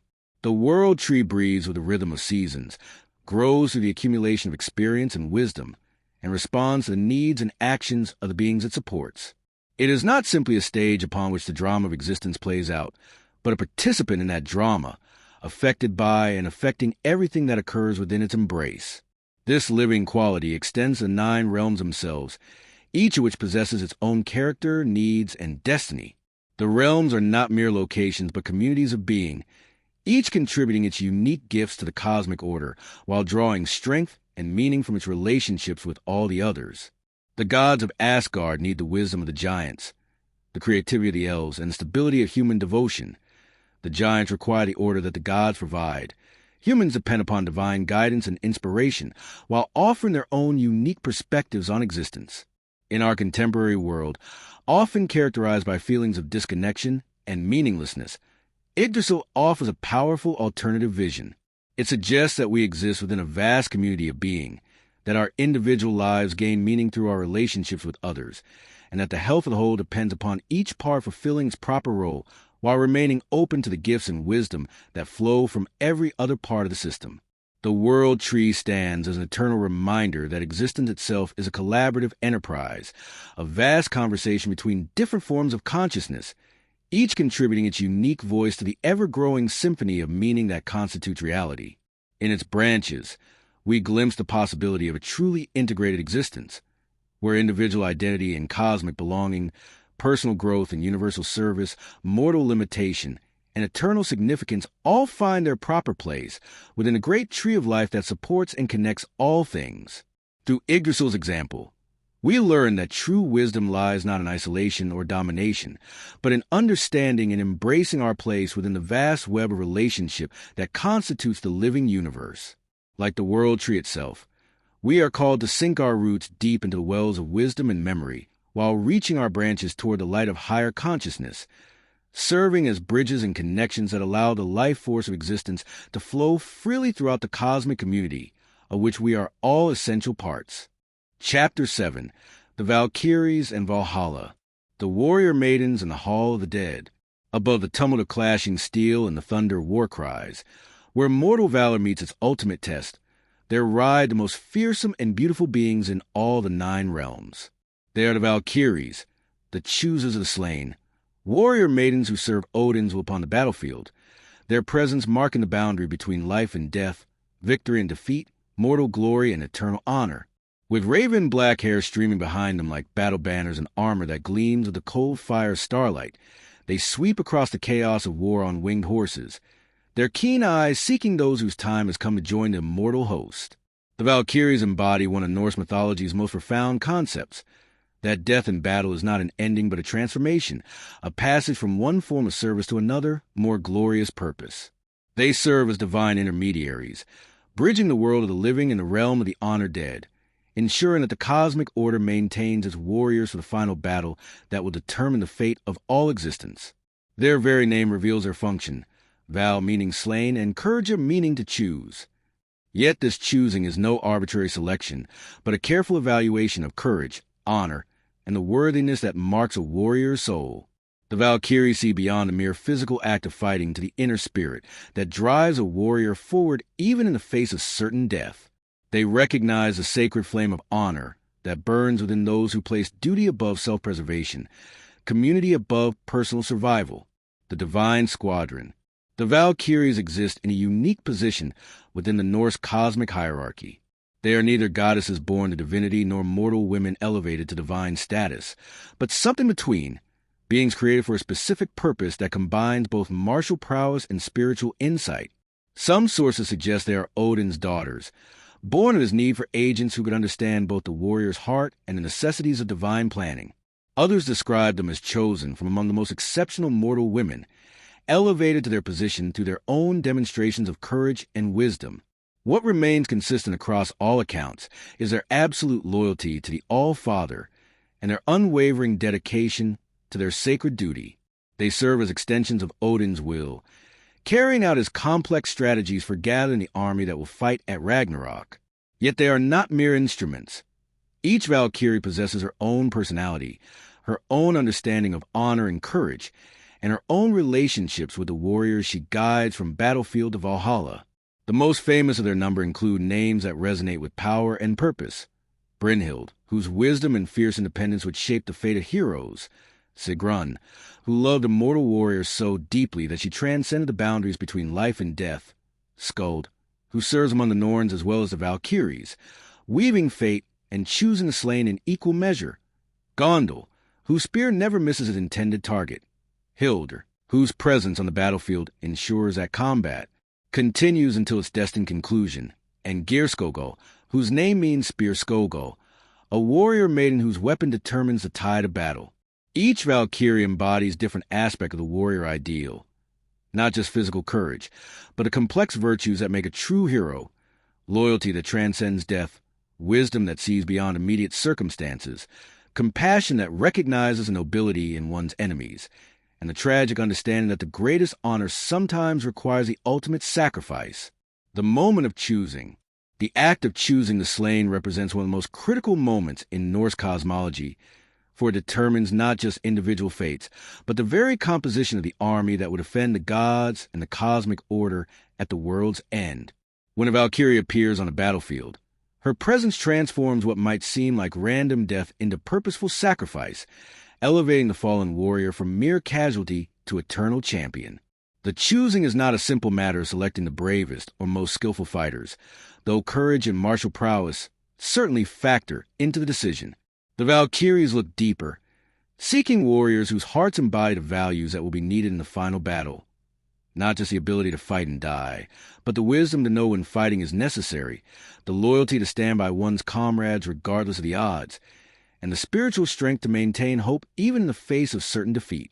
This selection process requires the Valkyries to understand the true nature of each warrior they observe. They must see past external circumstances of battle, whether a warrior fights for a noble cause or a questionable one, whether he serves a worthy king or a tyrant, to the essential character that drives his actions. A warrior fighting for an unjust cause but maintaining his personal honor, protecting his comrades, and facing death with courage might be chosen over one who fights for the right reasons but lacks the inner fire that marks a true champion. The moment of choosing often comes at the instant of death, when the warrior's true nature is revealed most clearly. In that final moment, when all pretense falls away and only the essential self remains, the Valkyries can see whether the soul possesses the qualities needed for the eternal war that lies ahead. The chosen warrior experiences a transformation. Death becomes not an ending but a passage. Pain becomes glory, and the battlefield fades as he finds himself mounted behind a Valkyrie, riding toward a destiny greater than anything he could have imagined in mortal life. The ride to Valhalla. The journey from battlefield to Valhalla represents one of the most profound transitions in Norse mythology. The passage from mortal existence with all its limitations and uncertainties to a state of eternal purpose and clarity. Mounted on a Valkyrie steed, often described as an 8-legged horse like Odin's own Sleipnir, the chosen warrior experiences a final flight that takes him beyond the boundaries of the physical world into the realm of divine purpose. During this ride, the Valkyrie serves not just as guide but as teacher, beginning the warrior's education in his new existence. She explains the nature of Valhalla, the purpose for which he has been chosen, and the great honor that has been bestowed upon him. This is often the warrior's first understanding that his death was not random misfortune, but the culmination of a life lived in preparation for a greater calling. The conversation between Valkyrie and chosen warrior during this ride reveals much about Norse concept of honor, fate, and the continuity between mortal and divine existence. The warrior might initially struggle with regret for the life he has left behind, concern for the comrades who still fight, or uncertainty about his worthiness for such honor. The Valkyrie's role is to help him understand that his mortal life, with all its joys and sorrows, has prepared him for this moment, and that his love for his earthly companions has not ended but expanded to encompass all those who will benefit from his service in the cosmic battle to come. Valhalla, the Hall of the Chosen Slain. Valhalla itself stands as one of the most magnificent structures in all of Norse cosmology, a hall so vast that it defies mortal comprehension. With 540 doors, each wide enough for 800 warriors to march through side by side, it could theoretically house over 432,000 warriors, though the actual number of the Einarjar, chosen slain, may be beyond such mundane calculation. The hall's roof is made of golden shields that gleam like the sun, supported by spear shafts that reach toward the heavens. while its walls are constructed from the finest materials available to divine craftsmanship. Yet Valhalla's true magnificence lies not in its physical grandeur, but in its purpose and the life that unfolds within its walls. This is not a place of rest or passive reward, but training ground where the greatest warriors from across the ages prepare for the most important battle in cosmic history. The hall resonates constantly with the sounds of combat practice, the clash of weapons, the shouts of instruction, and the songs of warriors who have found their ultimate purpose. The daily routine in Valhalla reflects the Norse understanding that even in death, existence is active and purposeful. Each morning, the Einarjar arm themselves and march out to the great plain Gladsheim, where they engage in combat training that surpasses anything possible in mortal life.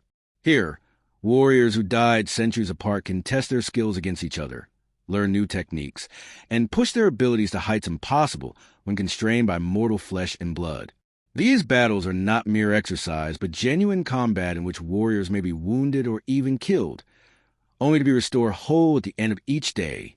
This cycle of death and renewal allows the Einarjar to experience every aspect of warfare without the permanent consequences that limited their mortal training.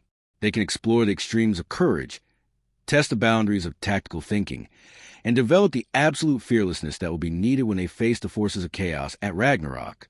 When the day's training concludes, the warriors return to Valhalla for a feast that embodies the Norse ideal of warrior camaraderie. They dine on the flesh of Sarimnir, a boar that is slaughtered and cooked each day only to be reborn whole for the next day's meal, ensuring that the supply of food never diminishes.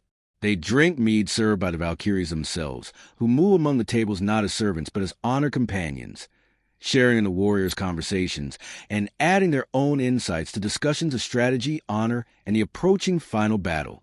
The Valkyries as servants and companions. Within Valhalla, the Valkyries take on a different role than they play on the battlefield. No longer the fearsome choosers of slain, they become companions and counselors to the warriors they have gathered. They serve the mead that flows endlessly from the udders of the goat Aaron, but this service represents honor given to honored guests rather than subservience. In Norse culture, the act of serving drink was often performed by the highest-ranking women in the household, marking it as a gesture of respect and welcome rather than menial labor. The relationship between Valkyries and Einarjar reflects the complex Norse understanding of gender roles and partnership. The Valkyries are not diminished by their service. Rather, they demonstrate that true strength includes a wisdom to know when to lead and when to support, when to command and when to counsel. Their presence in Valhalla ensures that the warrior training includes not just physical combat skills, but the wisdom, emotional intelligence, and spiritual insight that will be needed in the final battle. Some sources suggest that individual Valkyries form particular relationships with specific warriors, becoming not just guides but partners in the deepest sense. These relationships transcend the mortal understanding of romance or marriage, representing instead a complete unity of purpose and understanding between two beings dedicated to the same cosmic mission. Brynhild, the most renowned. Among all the Valkyries, Brynhild stands as perhaps the most complex and fascinating figure, a warrior maiden whose story encompasses the full range of Valkyrie experience from divine service to mortal love to tragic consequence. Her tale begins in the highest circles of Valhalla, where she served as one of Odin's most trusted choosers of slain, renowned for her wisdom, her martial prowess, and her unwavering dedication to her divine mission. Brynhild's fall from divine favor came not through betrayal or cowardice, but through the exercise of independent judgment that conflicted with Odin's explicit commands. When ordered to ensure victory for a particular king in battle, she instead chose to grant victory to his opponent, whom she judged more worthy of divine favor. This act of moral independence, placing her own assessment of honor and justice above unquestioning obedience to authority, mark her as both the most noble and the most dangerous of the Valkyries. Odin's punishment was swift and severe. Brynhild would be stripped of her immortality and divine powers, condemned to marry a mortal man and live as a human woman until her death. Yet even in punishment, the All-Father showed a grudging respect for her principles. She would be surrounded by a wall of flame that only the bravest and most heroic of warriors could penetrate, ensuring that her mortal husband would be worthy of her even in her diminished state. The wall of flame became a test that attracted heroes from across the mortal world, each seeking to claim the legendary Valkyrie as his bride. The challenge required not just physical courage to brave the flames, but the spiritual purity and strength of purpose that would allow a mortal to approach a being who had served among the gods. Many tried. All failed until the arrival of Sigurd, the dragon slayer, whose recent victory over Fafnir had elevated his heroic status to near-divine levels. Sigurd's penetration of the flame wall and awakening of Brynhild created one of mythology's great love stories. The union of a mortal hero at the peak of his powers with a former divine being whose wisdom encompassed both earthly and heavenly concerns. Their relationship represented the perfect fusion of human courage and divine insight, mortal passion, and eternal purpose. Yet their story also illustrates the tragic consequences that can arise when divine beings become entangled in mortal affairs. The love between Sigurd and Brynhild, pure and powerful as it was, became subject to the jealousies, deceptions, and political machinations that characterize human society. Through magic and trickery, Sigurd was made to forget Brynhild and marry another, while she was forced into marriage with his brother-in-law Gunnar. The resulting tragedy, Brynhild's rage of betrayal, her orchestration of Sigurd's death, and her own death on his funeral pyre, demonstrates both the power of love to transcend the boundaries between divine and mortal existence and the devastating consequences when that love is thwarted by deception and manipulation. Bridges between worlds. The Valkyries serve as more than warriors and servants. They function as essential bridges between different realms of existence. Their ability to move freely between battlefield and divine hall, between the world of the living and the realm of the honored dead, makes them crucial intermediaries in the cosmic order. They carry not just warriors, but also information, emotions, and spiritual energy between these different domains. This bridging function extends beyond their primary duty of choosing the slain. Valkyries serve as messengers between Odin and mortal kings, carrying divine commands and prophecies to earthly rulers. They sometimes appear to warriors before battle, offering guidance, warnings, or promises of victory or glorious death. In these appearances, they represent the divine interest in mortal affairs, the gods' investment in the outcomes of human conflicts, and the continuity between earthly struggles and cosmic purposes. The Valkyries also bridge different aspects of the feminine divine in Norse mythology. Unlike goddesses such as Frigg or Freya, who embody traditional feminine roles of wife, mother, and lover, the Valkyries represent the warrior aspect of femininity, women who have transcended traditional gender limitations to embrace roles typically associated with masculine identity. Yet they do so without rejecting feminine qualities.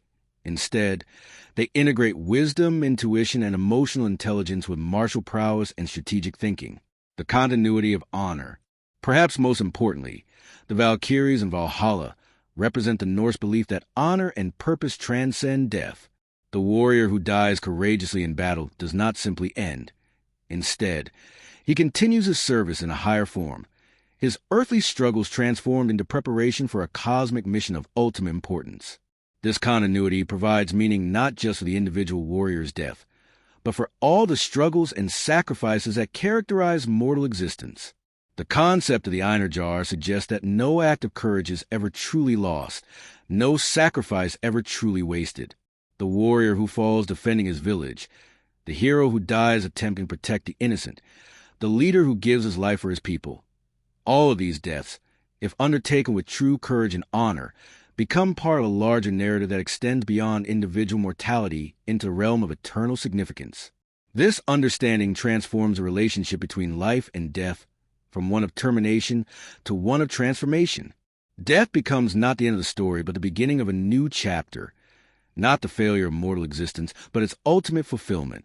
The Valkyries, as the agents of this transformation, serve as reminders that courage and honor have consequences that extend far beyond the immediate circumstances in which they are displayed. In our contemporary world, often characterized by cynicism about heroism and skepticism about honor, the Valkyries offer a different perspective. They suggest that acts of genuine courage and selflessness possess a significance that transcends their immediate context, that the willingness to sacrifice for others creates ripples of meaning that extend across time and space. Through their example, we learn that the choice to act with honor, even when it seems futile or unrecognized, connects us to something larger and more enduring than our individual mortality. The warrior maidens who ride across eternal battlefields, choosing the slain and guiding them to glory, remind us that every moment of courage matters. Every act of honor contributes to something greater than ourselves, and every choice to serve others rather than merely survive adds our voice to the eternal song of heroism that will echo until a final battle determines the fate of all existence. Chapter 8. The Ring of the Nibelung and Magical Treasures. Enchanted Objects and Their Stories. In the shadowed workshops beneath the earth, where hammer song echoes through caverns of living stone and forge fire casts dancing shadows on walls of crystal and gold, the master craftsmen of Svartalfheim work their ancient magic. These are the Dark Elves, the dwarfs whose skill surpasses even divine understanding, who can take base metal and transform it into artifacts of such power that they reshape the very fabric of reality.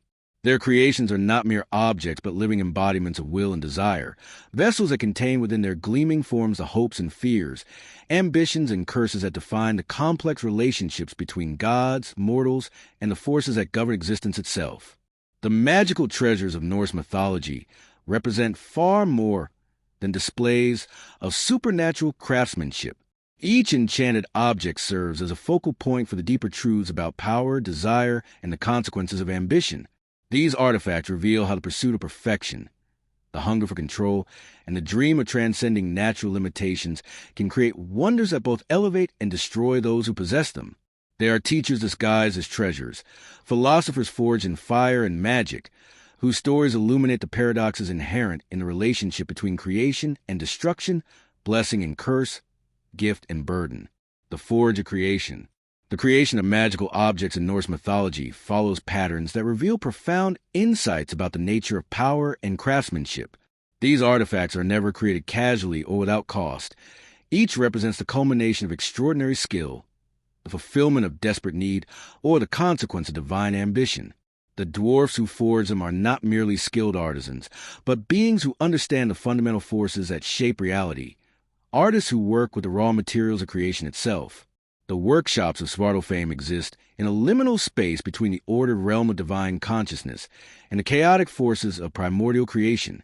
Here, in caverns lit by forge fires that burn without consuming, the Dark Elves practice arts that predate the establishment of cosmic order. They work with metals that fell from the stars, stones that remember the first moments of creation, and elements that exist only in the spaces between worlds. Their tools themselves are artifacts of power, passed down through generations of master craftsmen, each carrying the accumulated wisdom and skill of countless ages. The process of creating a truly magical object requires more than technical expertise. It demands an understanding of the deeper patterns that govern existence. The craftsman must comprehend not only what the object will do, but how its power will interact with a complex web of relationships that connect all beings and forces within the cosmic order. A ring that multiplies gold affects not just its owner's wealth, but the economic relationships between realms. A ship that can sail through any medium changes the very concept of boundaries and limitations. A spear that never misses its target alters the nature of conflict and consequence. Draupnir, the golden multiplier. Among all the magical treasures created by the dwarfs, few possess the elegant simplicity and profound implications of Draupnir, Odin's golden arm ring. Forged by the sons of Ivaldi as part of their competition with the dwarf brothers Eitri and Brock, Draupnir embodies the principle of abundance through its magical property of creating 8 identical golden rings every ninth night.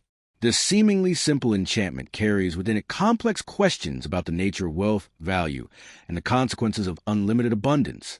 The creation of Draupnir began as part of a challenge sparked by Loki's interference with the dwarf craftsman's work.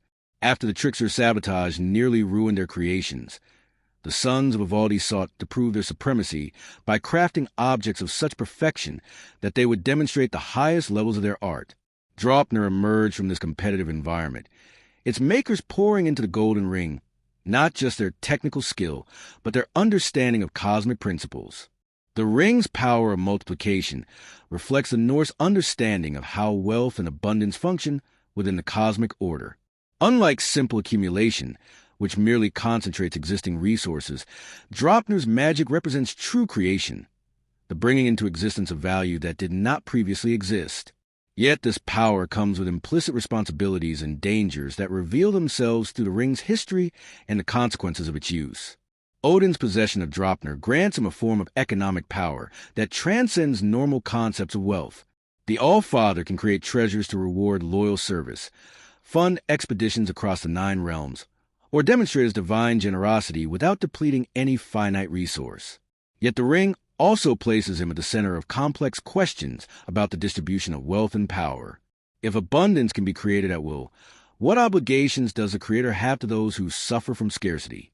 How does the existence of such magical wealth affect the value of mortal labor and enterprise? The ring's appearance in various mythological contexts reveals these complexities.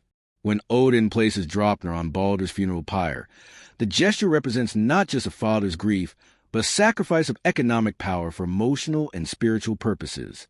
The ring's willingness to burn alongside the beloved god suggests that even magical wealth cannot purchase the things that matter most: love, loyalty, and the bonds that connect beings across the boundaries of life and death. Skidbladnir, the Wonder Ship. Freyr's ship Skidbladnir represents perhaps the most sophisticated example of dwarfish engineering in all of Norse mythology. Created by the same sons of Ivaldi who forged Draupnir, this vessel embodies the principle of transcendent functionality. A ship that can sail through air and water with equal ease, always finds favorable winds, and can be folded up like cloth to fit in a pocket when not in use. Skidbladnir challenges basic assumptions about space, matter, and the limitations that normally govern physical existence. The ship's creation required the craftsman to solve problems that push the boundaries of even magical engineering. How does one create a vessel large enough to hold a god and his retinue, yet small enough to be carried as a personal accessory? How can a ship sail through air as easily as water while maintaining the structural integrity needed for both mediums? How does one build a craft that always finds favorable conditions regardless of weather or cosmic circumstances? The solutions incorporated into Skidbladnir's design reveal deep understanding of the relationship between form and function, matter and energy, possibility and limitation. The ship exists in a state of controlled transformation, its size and configuration adapting to its owner's needs and circumstances. When unfolded and ready for use, it becomes a magnificent vessel capable of carrying Freyr and his companions across any distance or dimensional boundary. When folded, it compresses not just its physical form, but the very space it occupies, existing in a pocket dimension that travels with its owner. Skidbladnir's ability to always find favorable winds suggests an even more sophisticated enchantment, one that manipulates not just the ship's properties, but the environmental conditions surrounding it. The vessel doesn't simply adapt to existing conditions. It influences those conditions to create the circumstances needed for optimal performance. This power makes Skidbladnir not just a means of transportation, but an agent of change that shapes the very medium through which it travels. Yet the ship's perfection also serves as a subtle warning about the dangers of eliminating all limitations and challenges. Skidbladnir's ability to overcome every obstacle and reach any destination removes the struggle and uncertainty that give meaning to journeys. The ship offers its owner complete control over travel and exploration, but this control may come to cost of the discoveries and growth that emerge from facing unexpected challenges and limitations. The Ring of Nibelung's Anverinot's Curse. The most complex and tragic of all magical rings is Anverinot, forged by the dwarf Andvari and destined to bring destruction to all who possess it. This golden ring, capable of finding and attracting gold, represents the dark side of magical abundance, the way in which the pursuit of wealth can corrupt the pursuer and destroy the relationships that give life meaning. The ring's story illuminates the profound truth that the most dangerous curses are often indistinguishable from the most desirable blessings. Anverinot's creation began not as a deliberate act of evil, but as a masterwork of craftsmanship meant to ensure its creator's prosperity and security. Andvari, a skilled dwarf who often took the form of fish to swim in the rivers where gold could be found, forged the ring as the crown jewel of his treasure hoard. The enchantment he placed upon it reflected his deep understanding of gold's properties and behavior. The ring would attract precious metal to itself, ensuring that its owner would never lack for wealth. The ring's transformation from blessing to curse began when Loki, desperately seeking gold to pay a blood debt for the accidental killing of Atr, son of the sorcerer Hreidmar, captured Andvari and demanded his entire treasure as ransom. The dwarf reluctantly surrendered his hoard, but attempted to keep Anverinot hidden. When Loki discovered the ring and claimed it as well, Andvari's rage and despair crystallized into a curse that would poison the ring's power and doom all future owners to greed, betrayal, and death. The curse transformed Anvarinot's beneficial magic into a trap of supernatural cunning. The ring still attracted gold, but now this attraction became an obsession that consumed its owner's capacity for love, loyalty, and rational judgment. The wealth the ring provided became not a source of security and generosity, but a barrier between its owner and all meaningful relationships. Those who possessed Anvarinot found themselves surrounded by gold, but isolated from everything that made existence worthwhile. The ring's subsequent history reads like a catalog of the destructive power of unchecked greed. Hreidmar, who received it as part of the blood payment for his son's death, became so obsessed with the treasure that he neglected his surviving sons and refused to share even a portion of the wealth. His sons Fafnir and Regan murdered him for the treasure, then turned on each other when Fafnir transformed into a dragon to better guard the hoard. The ring remained with Fafnir until the hero Sigurd killed the dragon and claimed the treasure, beginning a new cycle of destruction that would eventually claim the lives of Sigurd himself, his beloved Brynhild, and numerous others caught in the ring's web of curse and corruption. Other wonders of divine craft. The treasures created for the gods represent a catalog of the highest achievements in magical craftsmanship, each artifact embodying a different aspect of divine power and responsibility. Gungnir, Odin's spear, never misses its target and always returns to his hand, making it both a weapon of war and a symbol of the All-Father's role as the ultimate judge whose decisions are final and irrevocable. The spear's unerring accuracy represents not just physical precision, but the cosmic principle that consequences inevitably follow actions, that justice, however delayed, ultimately finds its mark. Mjolnir, Thor's hammer, possesses power sufficient to level mountains, yet can be wielded with precision delicate enough to bless a wedding ceremony. Its ability to never miss its target and always return to Thor's hand makes it the perfect weapon for the Thunder God's role as protector of both gods and mortals. Yet the hammer's famously short handle, the result of Loki's interference during its creation, serves as a reminder that even the most powerful artifacts may bear the marks of the conflicts and compromises involved in their making. Gullinbursti, the golden boar created for Freyr, can run through air and water faster than any horse, its golden bristles providing light in the darkest places. This magnificent creature represents the integration of natural and supernatural power, a being that embodies both the fertility god's connection to the natural world and his transcendence of natural limitations. Gullinbursti's ability to illuminate darkness makes it not just a mount but a symbol of enlightenment and the power of divine consciousness to bring understanding to the most obscure mysteries. Gleipnir, the chain that binds Fenrir, represents perhaps the most conceptually sophisticated of all magical artifacts. Forged from impossible things, the sound of a cat's footfall, the beard of a woman, the roots of a mountain, the sinews of a bear, the breath of a fish, and the spittle of a bird, it achieves strength through the very impossibility of its components. This paradoxical construction demonstrates the dwarf's ability to work with abstract concepts and metaphysical principles, creating physical objects from the spaces between things, the silences between sounds, the absences that define presence, the dual nature of magical power. The stories of these magical treasures reveal a consistent pattern. Every artifact of great power carries within it the seeds of both blessing and destruction. This duality reflects the Norse understanding that power itself is morally neutral. It is the use to which power is put, the intentions and character of its wielder, and the wisdom or folly with which it is employed that determine whether a magical object becomes a source of benefit or catastrophe. Draupnir's ability to create wealth can fund great works of art and acts of generosity, but can also undermine the value of honest labor and create dangerous disparities in power. Skidbladner's perfect functionality can enable wonderful explorations and adventures, but it can also make its owner complacent and disconnected from the struggles that foster growth and understanding. Mjolnir's devastating power can protect the innocent and maintain cosmic order, but it can also be used to enforce unjust decisions and silence legitimate opposition. This duality extends beyond the objects themselves to the very act of creation. The dwarfs who forge these wonders demonstrate incredible skill and artistic vision, but their work often emerges from competitions driven by pride, challenges sparked by insults, or desperate attempts to avoid punishment.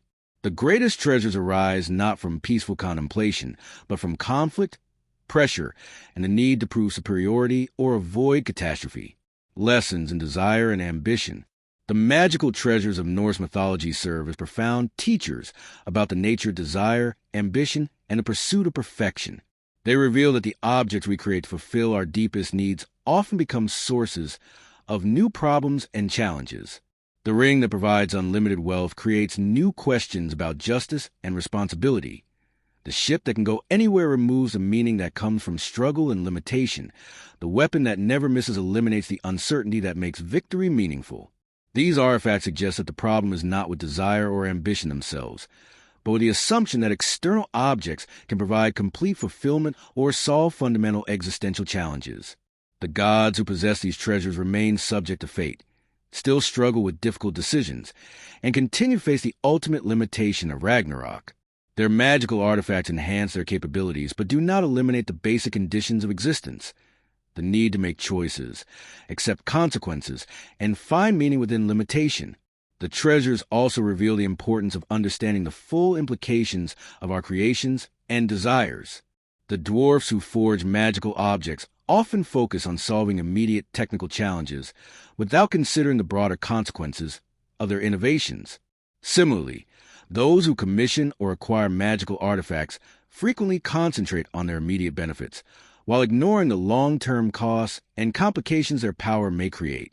Perhaps most importantly, these stories suggest that the greatest treasures are not objects at all but qualities of character, wisdom, courage, loyalty, and love that cannot be forged in any workshop or purchased with any amount of gold. The magical artifacts of Norse mythology are ultimately tools that reveal the character of their users rather than sources of character themselves. They amplify existing virtues and flaws rather than creating new ones, serving as mirrors that reflect the deeper truths about what their owners truly value and desire.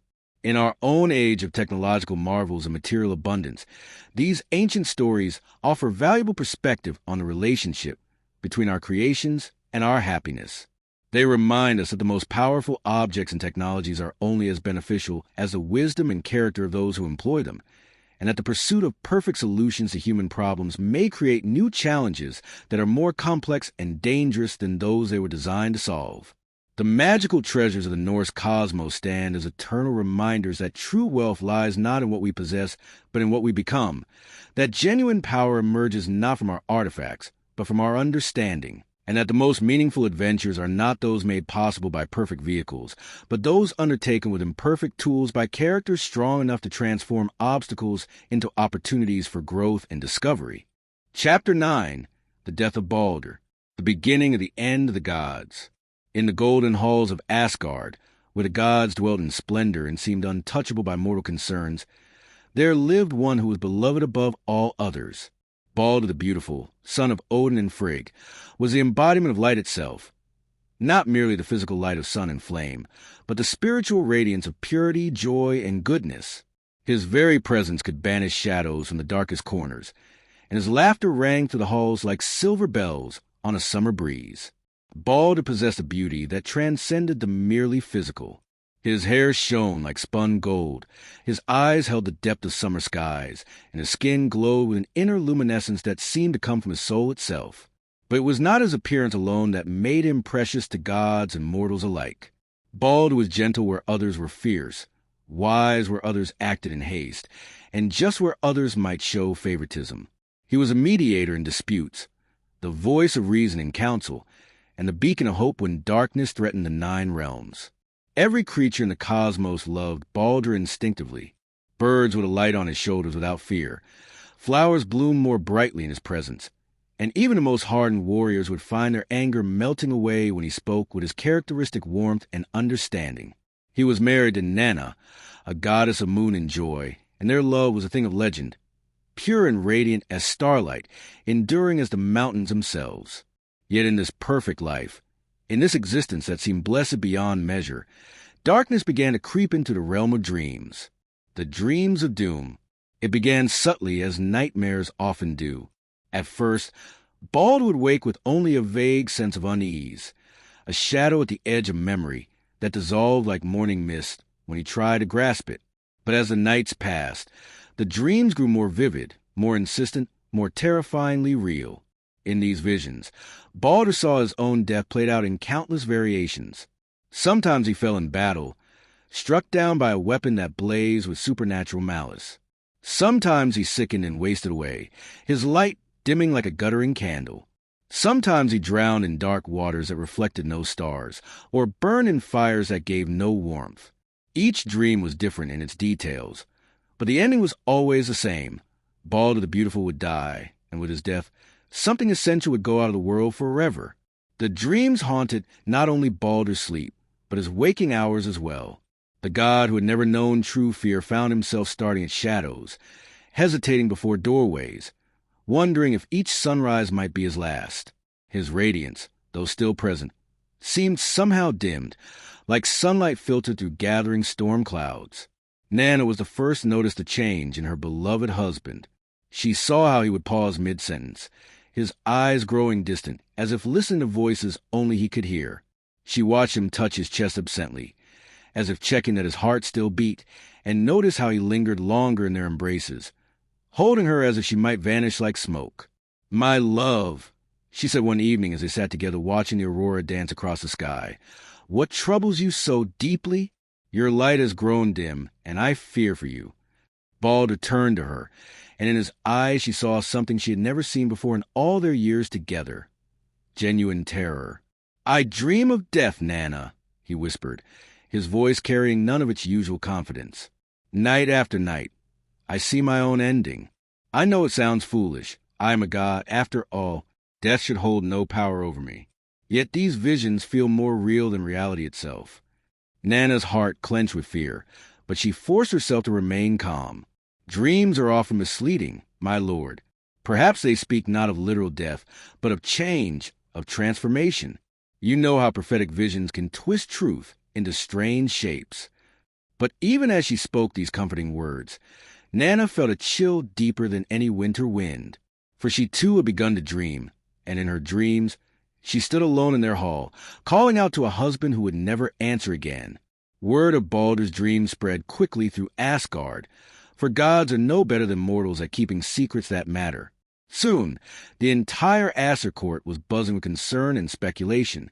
Some dismissed the visions as mere anxiety, the product of a mind too pure to contemplate the existence of true evil. Others, wise in the ways of fate and prophecy, recognized the dreams for what they truly were, glimpses of a future that was rapidly approaching. Frigg's desperate quest.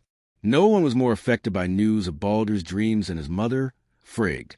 The queen of Asgard, wife of Odin Allfather, was a goddess of marriage and motherhood, but she was also gifted with the power of prophecy, a gift that now tormented her, for she could sense the truth behind her son's visions.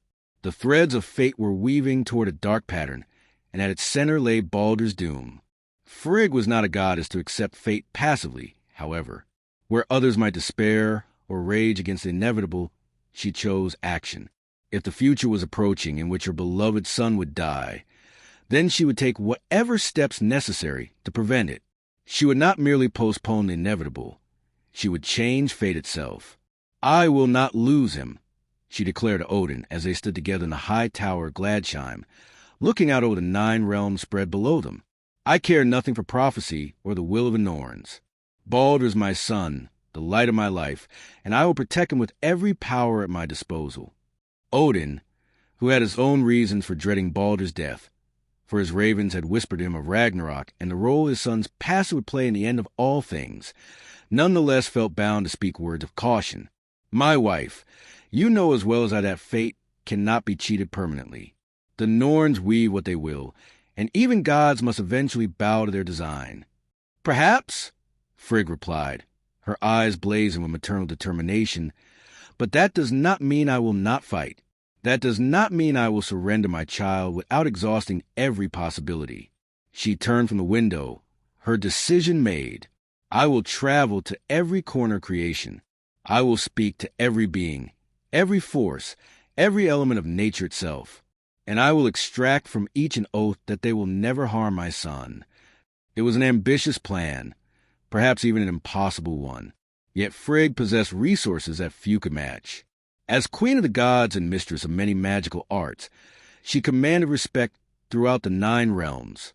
Her word carried weight with gods and giants, with spirits of earth and air, with the very forces of nature itself. And so began the most extraordinary journey in the history of the cosmos. Frigg first went to her fellow Aesir, gathering them in the great hall of Gladsheim. One by one, she called upon each god to swear a binding oath that they would never willingly harm Balder. Thor, god of thunder, swore by his mighty hammer. Tyr, god of war and justice, swore by his remaining hand. Heimdall, guardian of the Bifrost, swore by his all-seeing eyes. Even Loki, trickster and shapeshifter, added his voice to the chorus of oaths, though something in his manner seemed oddly reluctant, as he gave his word with hidden reservations. From Asgard, Frigg traveled to Jotunheim, realm of the giants. Here her task was more difficult, for the giant harbored ancient grudges against the Aesir. Yet even these beings, sworn enemies of the gods, found themselves moved by a mother's love. The mountain king swore by the stones of his throne. The frost giants swore by the eternal ice of their realm. The fire giants, despite their ancient enmity, swore by the flames that gave them life. Next came Alfheim, land of the light elves, where Frigg found ready allies. The elves loved beauty and goodness in all their forms, and Balder embodied both qualities perfectly.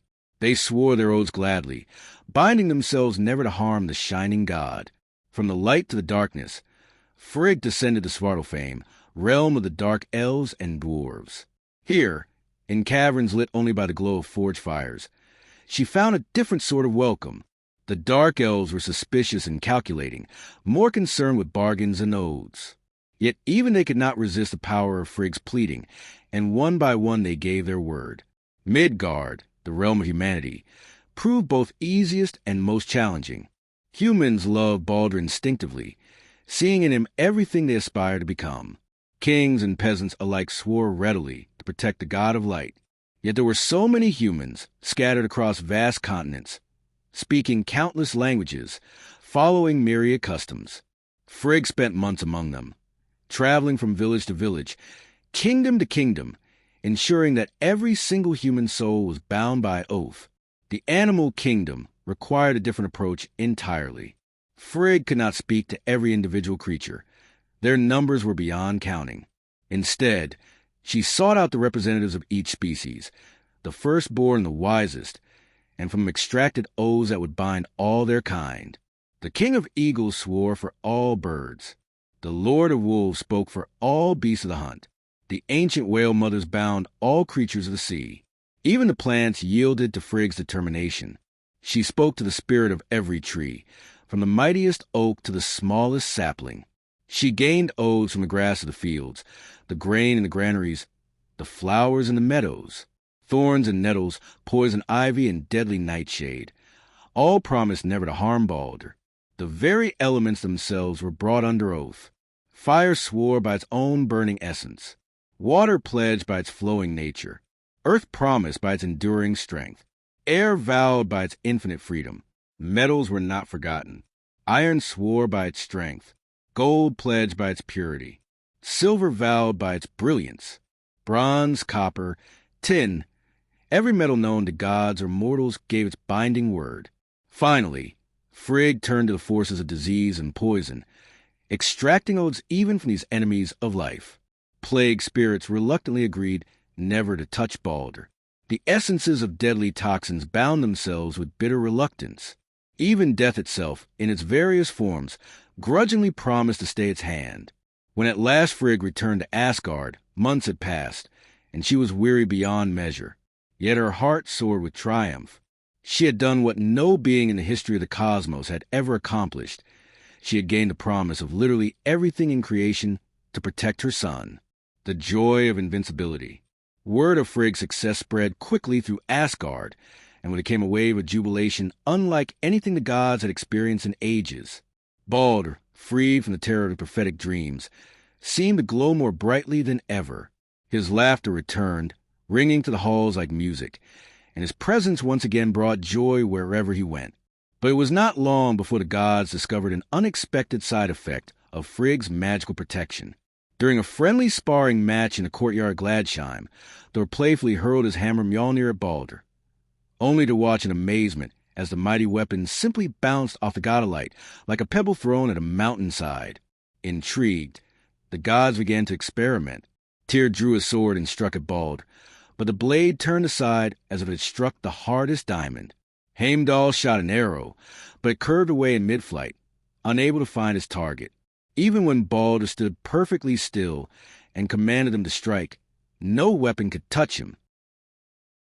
What had begun as experimentation soon turned into entertainment, then into outright celebration. The gods gathered daily in the courtyard Gladsheim to test Balder's invulnerability, turning what might have been a somber matter into a joyous game. They hurled spears that twisted away at the last moment. They swung sword that refused to cut. They cast magical fire that cooled the harmless warmth the moment it approached the god of light. Balder himself participated with good humor, standing calmly as his fellow gods exhausted their creativity in trying to harm him. He laughed at their frustrated expressions when their mightiest efforts came to nothing. He made jokes about his newfound invincibility, calling himself the god who cannot die, and playfully challenging others to try their worst. The daily spectacle became a source of wonder throughout the 9 realms. Visitors to Asgard would gather to watch as gods competed to see who could devise the most creative way to fail at harming Balder. Elaborate contests were held, with prizes for the most impressive harmless attack.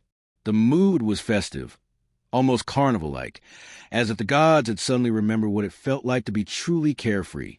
Even the light elves and dwarves sent representatives to witness the miracle of Frigg's protection. Mortal kings journeyed from distant lands for a chance to see the god whom no force could harm. Balder became more than a deity. He became a symbol of hope, proof that love and determination could indeed triumph over fate itself. Yet in all this celebration, one figure remained notably apart from the general jubilation.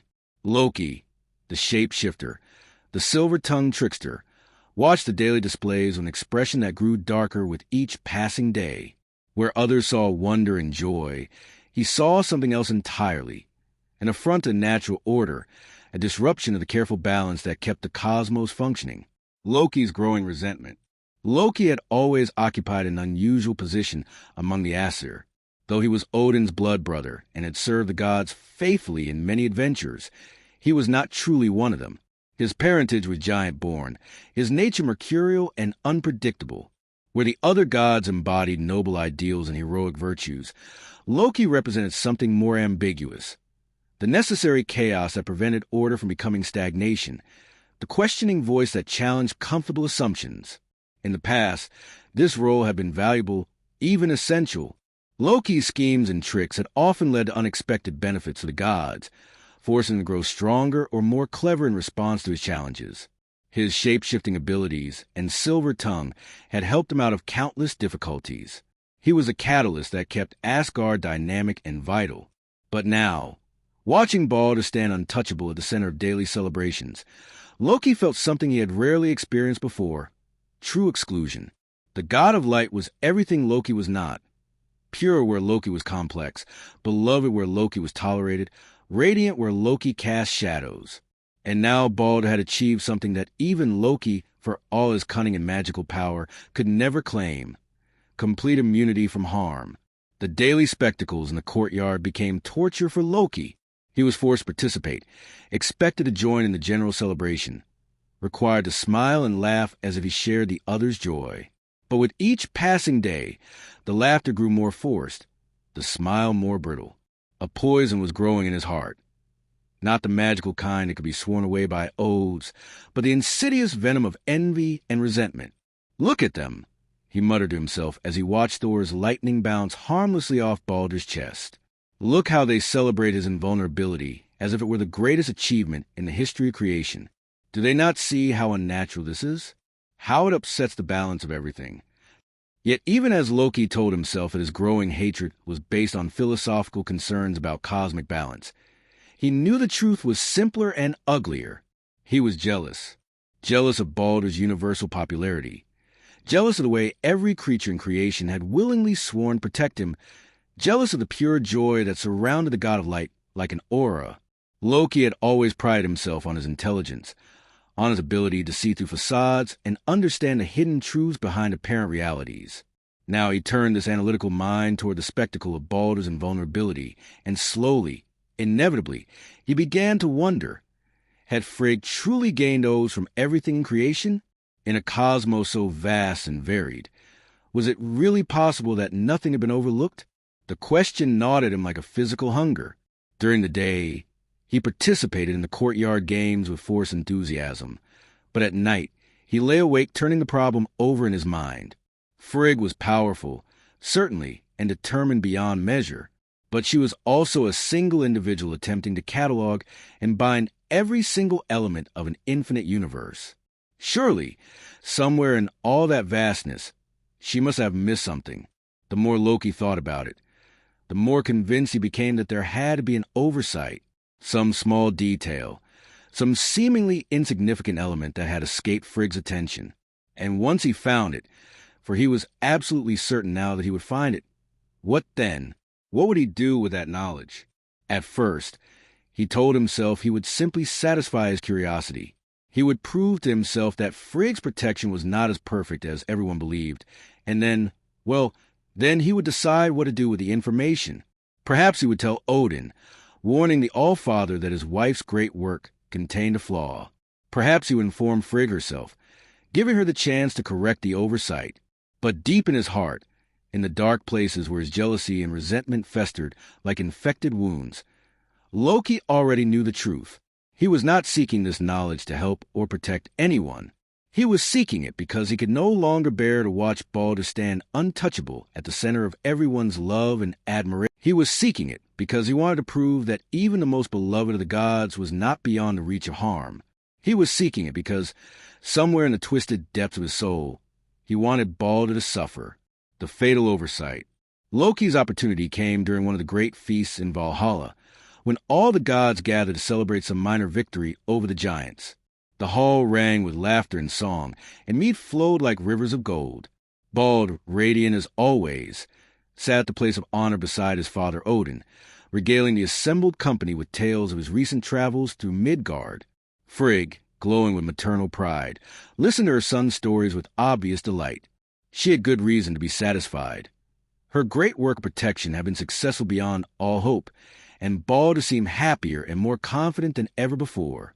The dark dreams that had once haunted him were now nothing but distant memory, banished by the certainty of his own invulnerability. Loki, seated further down the table, watched and waited.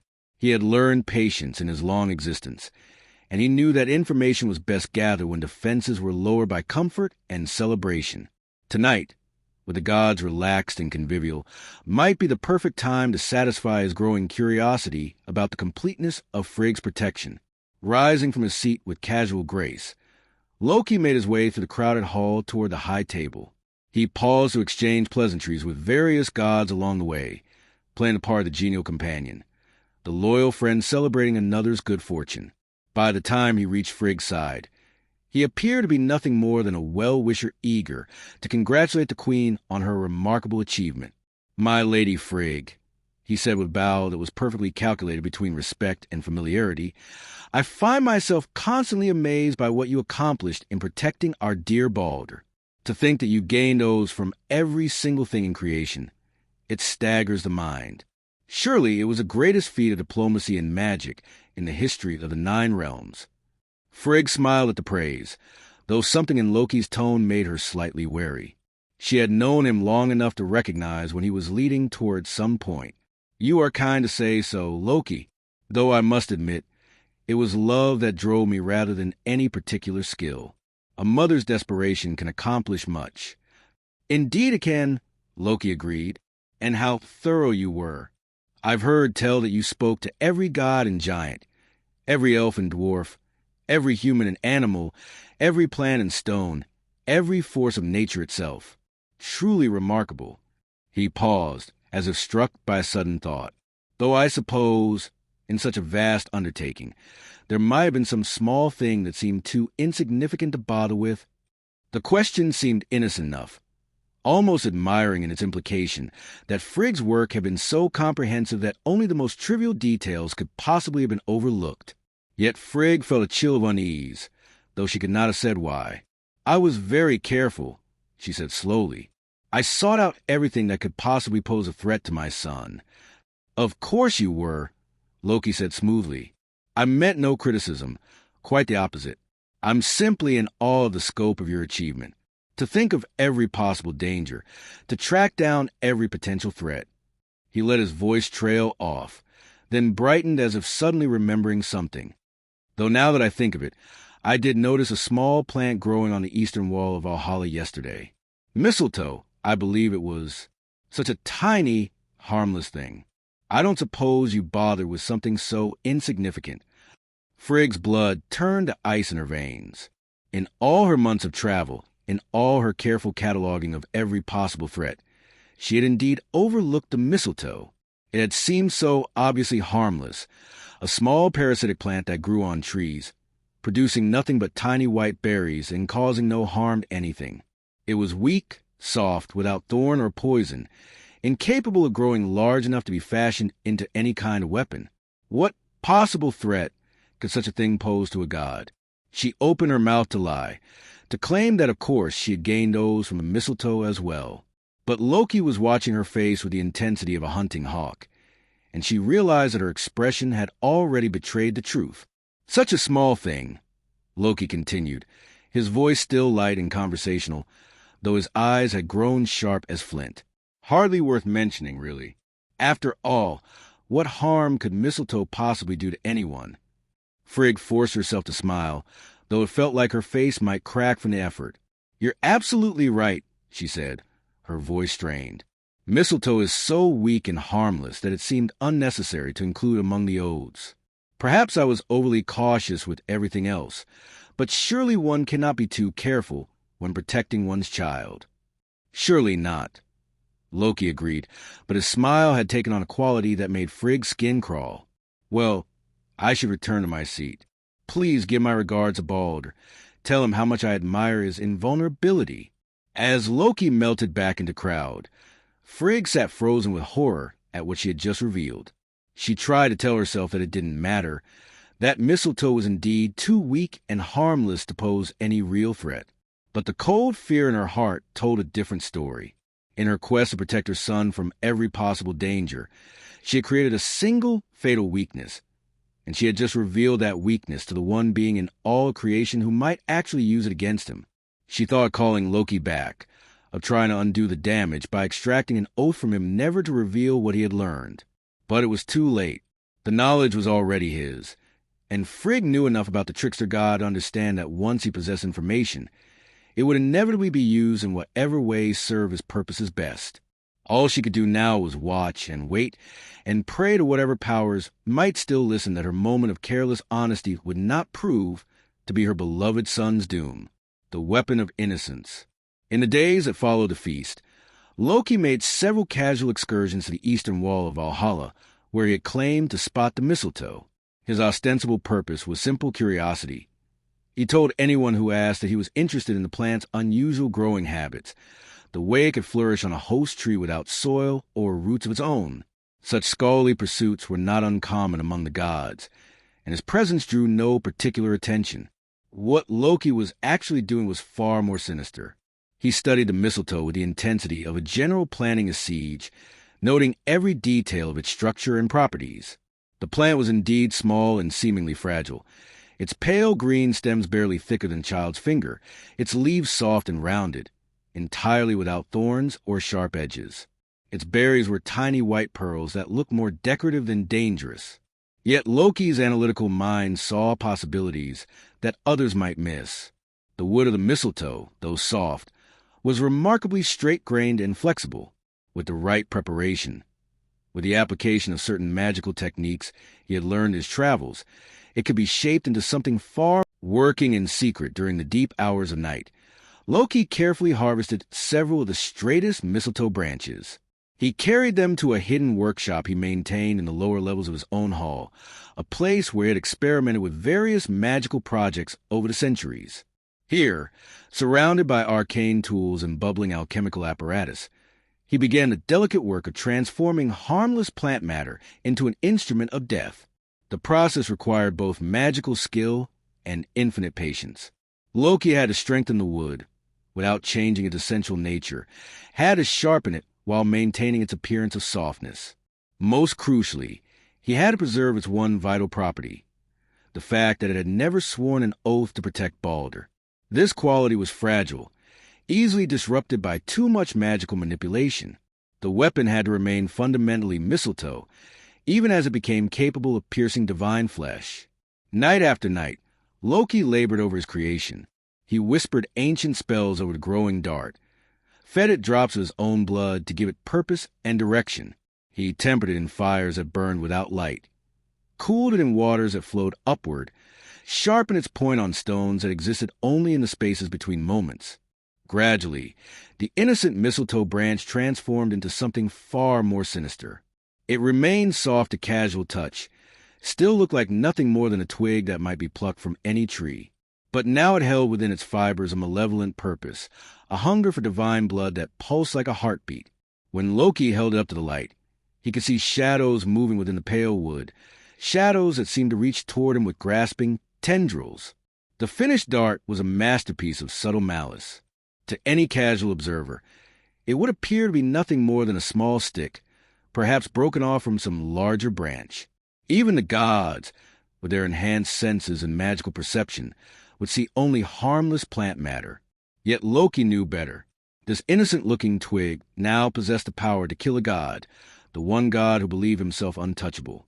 But possessing the weapon was only the beginning. Loki still faced the challenge of actually using it against Balder without implicating himself in the deed. He was many things: trickster, shapeshifter, catalyst of chaos, but he was not stupid. If Balder died and suspicion fell upon Loki, the other gods would exact a terrible vengeance. He needed a way to strike at his target while keeping his own hands clean. The solution, when it came to him, was so elegant in its cruelty that even Loki felt a moment's pause at his own cunning. He would not kill Balder himself. Instead, he would trick another into doing the deed, someone whose innocence would be so obvious that no suspicion could possibly fall upon them, someone who loved Balder as much as anyone, who would never willingly harm him, whose grief at causing his death would be as genuine as it was devastating. The perfect unwitting accomplice was Hr, Balder's own brother, the blind god Sorrow. Hr was one of the most tragic figures in Asgard, though few recognized the depth of his suffering. Born blind, he had grown up in a world of light and beauty that he could never see, surrounded by gods whose greatest gifts were visual splendor and radiant presence. Where his brother Balder shone with literal luminescence, Hr moved through a perpetual darkness, navigating by sound and touch and the subtle magical senses that had developed to compensate for his lack of sight. Despite his disability, Hr was far from helpless. His other senses were incredibly acute, honed by necessity to superhuman levels. He could identify approaching footsteps from hundreds of yards away, could detect lies and the subtlest changes of voice and breathing, could track the movement of objects through space by the whisper of displaced air. In combat, his bow was legendary. He could put an arrow through a target he had never seen, guided purely by the sound of movement and the intuitive understanding of trajectory that came from years of practice. Yet for all his compensatory skills, Hr remained isolated from many of the joys that filled his fellow gods' lives. He could not appreciate visual beauty, could not fully participate in activities that relied heavily on sight, could not experience the world in the same immediate and vivid way as his companions. This isolation was made more poignant by his gentle, sensitive nature. Hr was as kind-hearted as his brother Bald, as eager to contribute to the welfare of Asgard, but circumstances often left him standing on the sidelines while others took center stage. The daily spectacles of testing Balder's invulnerability were particularly difficult for Hr.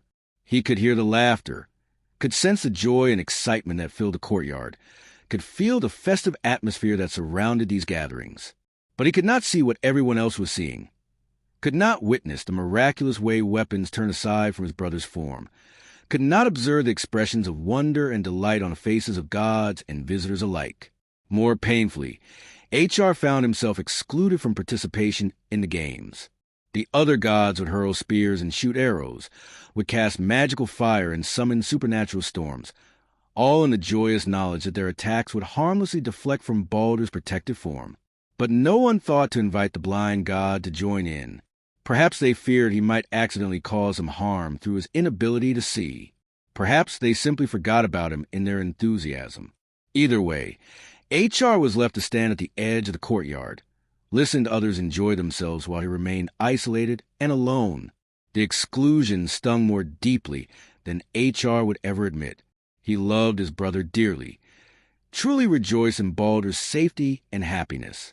Yet he could not help feeling that once again his blindness had cut him off from something wonderful.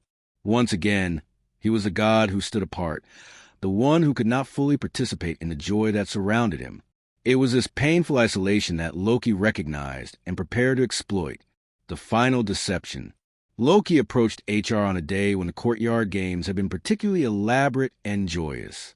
Thor had summoned a thunderstorm and hurled lightning at Baldur, only to watch the crackling bolts curve away like startled serpents. Tyr had fashioned a spear of pure iron and cast it with all his considerable strength, yet it bounced off Baldur's chest like a blade of grass. The assembled crowd had cheered and laughed, celebrating each failed attack as proof of Frigg's magnificent protection. Through it all, HR had stood alone at the edge of the crowd, his face a mask of polite interest that barely concealed his inner loneliness. When the day's festivities finally ended and the other gods dispersed to their various halls and pursuits, HR remained behind, standing motionless in the empty courtyard as if reluctant to return to his solitary chambers. This was when Loki made his move, approaching the blind god with every appearance of friendly concern. HR, my friend, he said warmly, placing a companionable hand on the other god's shoulder. You seem troubled. Is all well with you? HR started slightly at the touch, then relaxed as he recognized Loki's voice. I am well enough, he replied, though his tone suggested otherwise. I was simply thinking about the games, perhaps? Loki's voice carried just the right note of sympathetic understanding. I noticed you standing apart from the festivities. Surely you don't begrudge your brother his moment of celebration. Of course not, HR said quickly, perhaps too quickly. I rejoice in Baldur's safety as much as anyone. It's simply... He trailed off, apparently reluctant to voice his true feelings. Simply that you feel left out, Loki finished gently. That once again, your blindness has excluded you from sharing in something joyous. Is that it? HR's shoulders sagged slightly, as if a weight he had been carrying had suddenly become too heavy to bear. You see clearly as always. Yes, that's exactly it.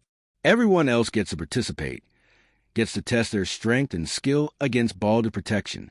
They laugh and cheer and celebrate together, while I stand here like a decorative statue, unable to join in. But that's ridiculous, Loki said, his voice full of surprised indignation. Why should your blindness prevent you from participating? After all, you're one of the finest archers in all the 9 realms. Your aim is legendary, even without sight.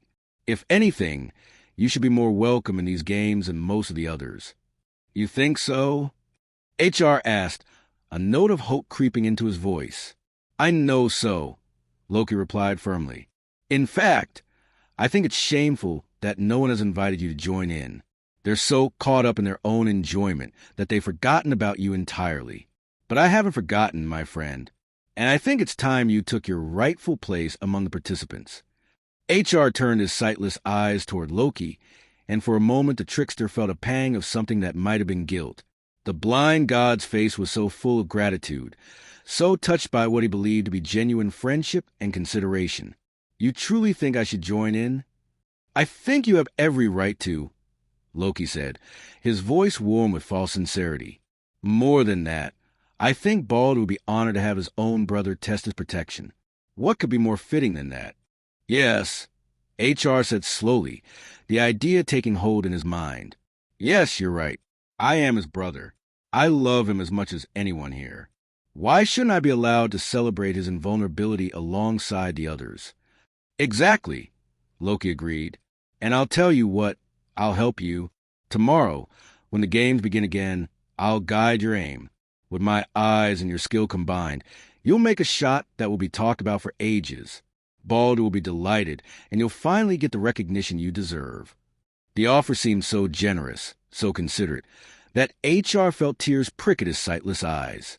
Here was someone who truly understood his frustration, who cared enough to include him in the joy that filled Asgard. You would do that for me? Of course, Loki replied, and his voice carried such warmth and friendship that even his own conscience was momentarily quieted. What are friends for, after all? The day of doom. The next morning dawned bright and clear, with a crispness in the air that spoke of changing seasons. The gods gathered in the courtyard Gladsheim as had become their custom, eager to continue their joyous testing of Baldur's invulnerability. The god of light stood in the center of the space, radiant and laughing, calling out challenges to his fellow deities. Come now, Baldur said with good-natured mockery. Surely someone could devise a more creative attack than yesterday's efforts? I'm beginning to think my protection has made you all lazy. The gods laughed and shouted back their own playful insults, and soon the air was filled with the sound of weapons being readied. Spears whistled through the air, only to turn aside at the last moment. Arrows curved away like leaves in a strong wind. Magical fires cooled to gentle warmth the instant they approached their target. From his usual position at the edge of the crowd, H.R. listened to familiar sounds of celebration, with a mixture of longing and newfound anticipation. Today would be different. Today he would finally participate, would finally be included in the joy that surrounded his brother. His hand rested on the bow at his side, fingers tracing the familiar curves of wood and horn that had served him so well in countless hunts and battles. Loki materialized beside him as if from thin air, moving with a silent grace that was his trademark. "Are you ready, my friend?" he whispered, his voice barely audible above the noise of the games. H.R. nodded, suddenly nervous. "I think so. You're certain this is a good idea?" "I'm certain," Loki replied, though something dark flickered behind his eyes. "Here, let me help you prepare." From within his cloak, Loki drew forth what appeared to be an ordinary arrow shaft made of pale wood.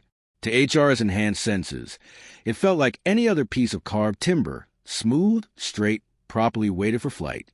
He could detect nothing unusual about it save perhaps that it felt slightly warm to the touch, as if it had been resting near a fire. "Where did you get this?" H.R. asked, turning the shaft over in his sensitive fingers. "It doesn't feel like any of my usual arrows."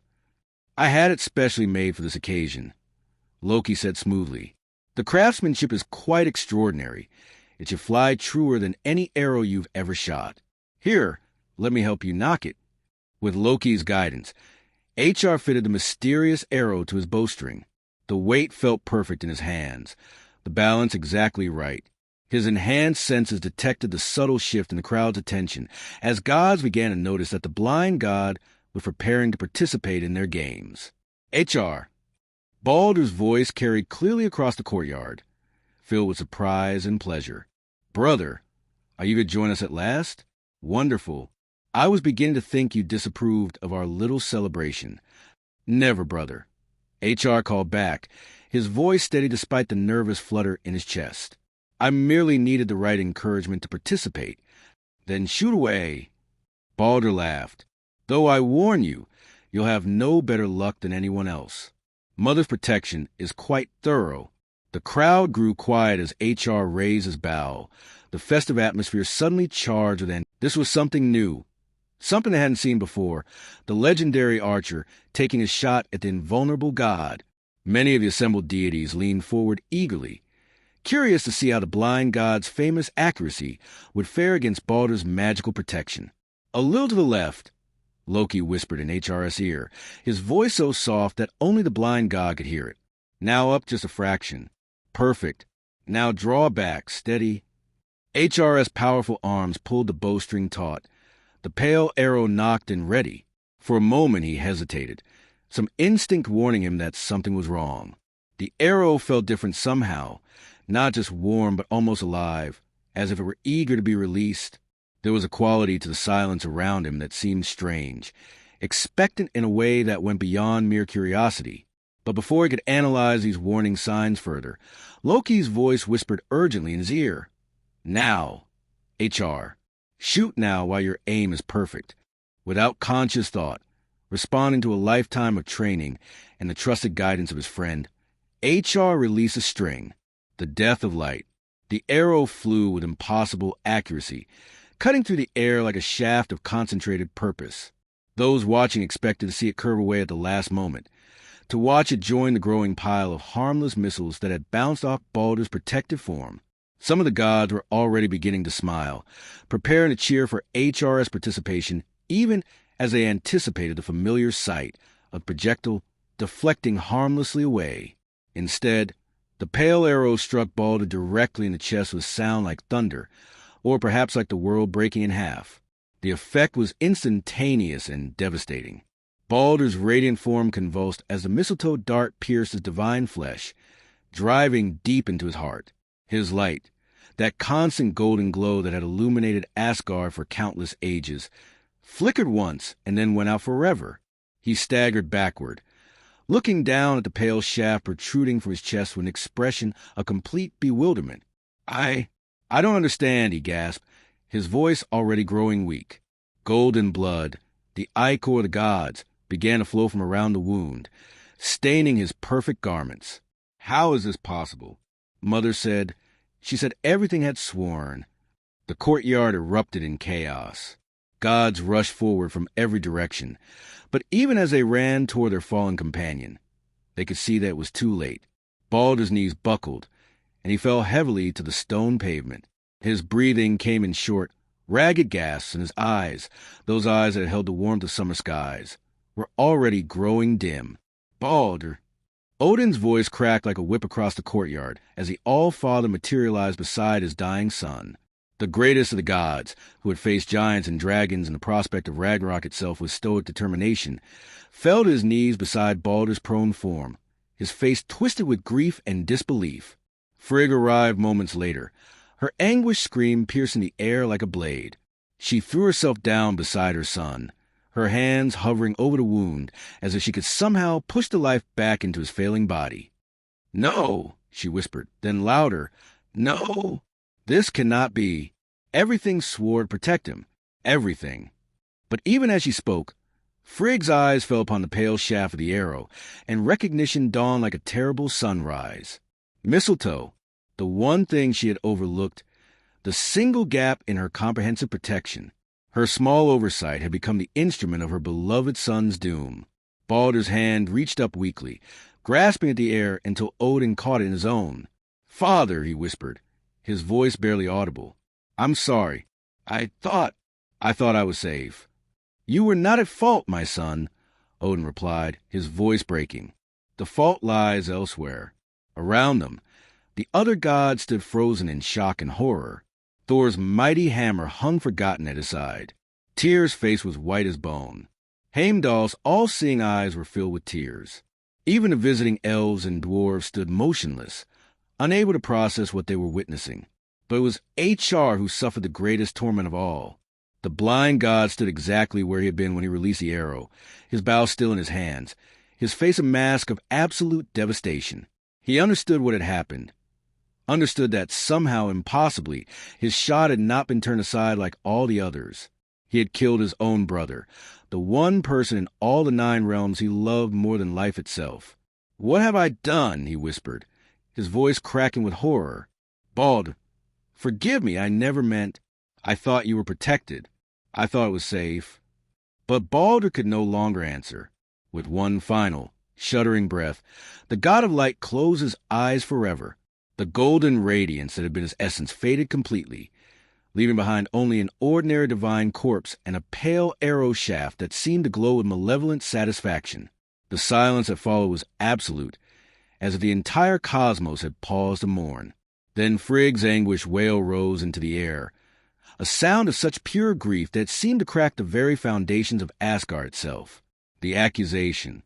In the immediate aftermath of Baldur's death, chaos reigned in the courtyard of Gladsheim. Gods wept openly, their immortal faces streaked with tears that had not flowed for centuries. Servants and visitors fled in terror, unable to bear witness to such overwhelming divine grief. Even the sky itself seemed to darken, as if the sun was reluctant to shine upon a world that had lost its brightest light. Through it all, one figure remained conspicuously calm, while others raged and wept and cursed the fates. Loki stood silent and still, his face carefully composed in an expression of appropriate shock and sorrow.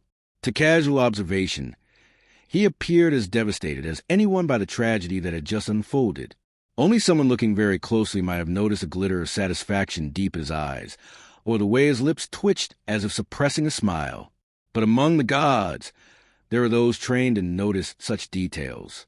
Odin, even in his grief, possessed a wisdom that came with ages of experience in reading the hearts of others. And as his anguished gaze swept across the assembled company, searching for some explanation for this impossible tragedy, his eyes fell upon Loki and remained there. "You!" the All-Father said quietly, his voice cutting through the chaos like a blade of ice. You guided his hand. The accusation fell into the courtyard like a stone into still water, sending ripples of shocked silence outward from its impact. Every eye turned toward Loki, who met Odin's gaze with what appeared to be genuine confusion and hurt. Loki said, placing a hand over his heart in a gesture of wounded innocence. "Father Odin, how can you suggest such a thing? I love Balder as much as any here. Why would I wish him harm?" "Because it is your nature," Odin replied, his voice growing harder with each word. "Because you cannot bear to see others happy when you yourself are not. Because you are the serpent in the garden, the shadow that follows every light. Your grief speaks, not your wisdom," Loki said, but his voice carried less conviction now. Around the courtyard, other gods were beginning to stir from their shock paralysis, and several were looking at him with dawning suspicion. Thor stepped forward, his massive frame trembling with barely controlled rage. "The arrow, trickster. Where did the arrow come from?" "HR's quiver holds only his usual shafts. I've seen them countless times. But this..." He gestured toward the pale dart still protruding from Balder's chest. "This is something else entirely." I found it," Loki said, his composure finally beginning to crack. "I thought it would make a good shot for the games. How was I to know it would penetrate Frigg's protection? Found it where..." Heimdall's voice carried the weight of absolute authority. The guardian of Bifrost had remained silent until now, but his all-seeing eyes missed nothing. "I see all things across the 9 realms, Loki Lysmith. I see you in your hidden workshop, crafting that dart from mistletoe wood. I see you whispering spells over it, feeding it your blood, sharpening it with malice aforethought."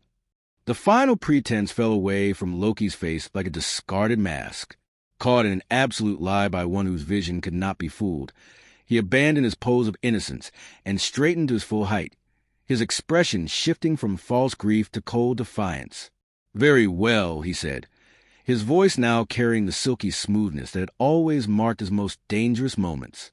"Yes, I crafted the dart. Yes, I guided HR's hand. Yes, I am responsible for Golden Balder's death.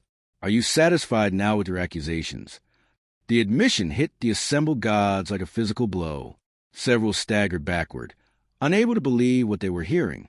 HR, still standing frozen with his bow in his hands, let out a sound like a wounded animal, part sob, part scream of pure anguish.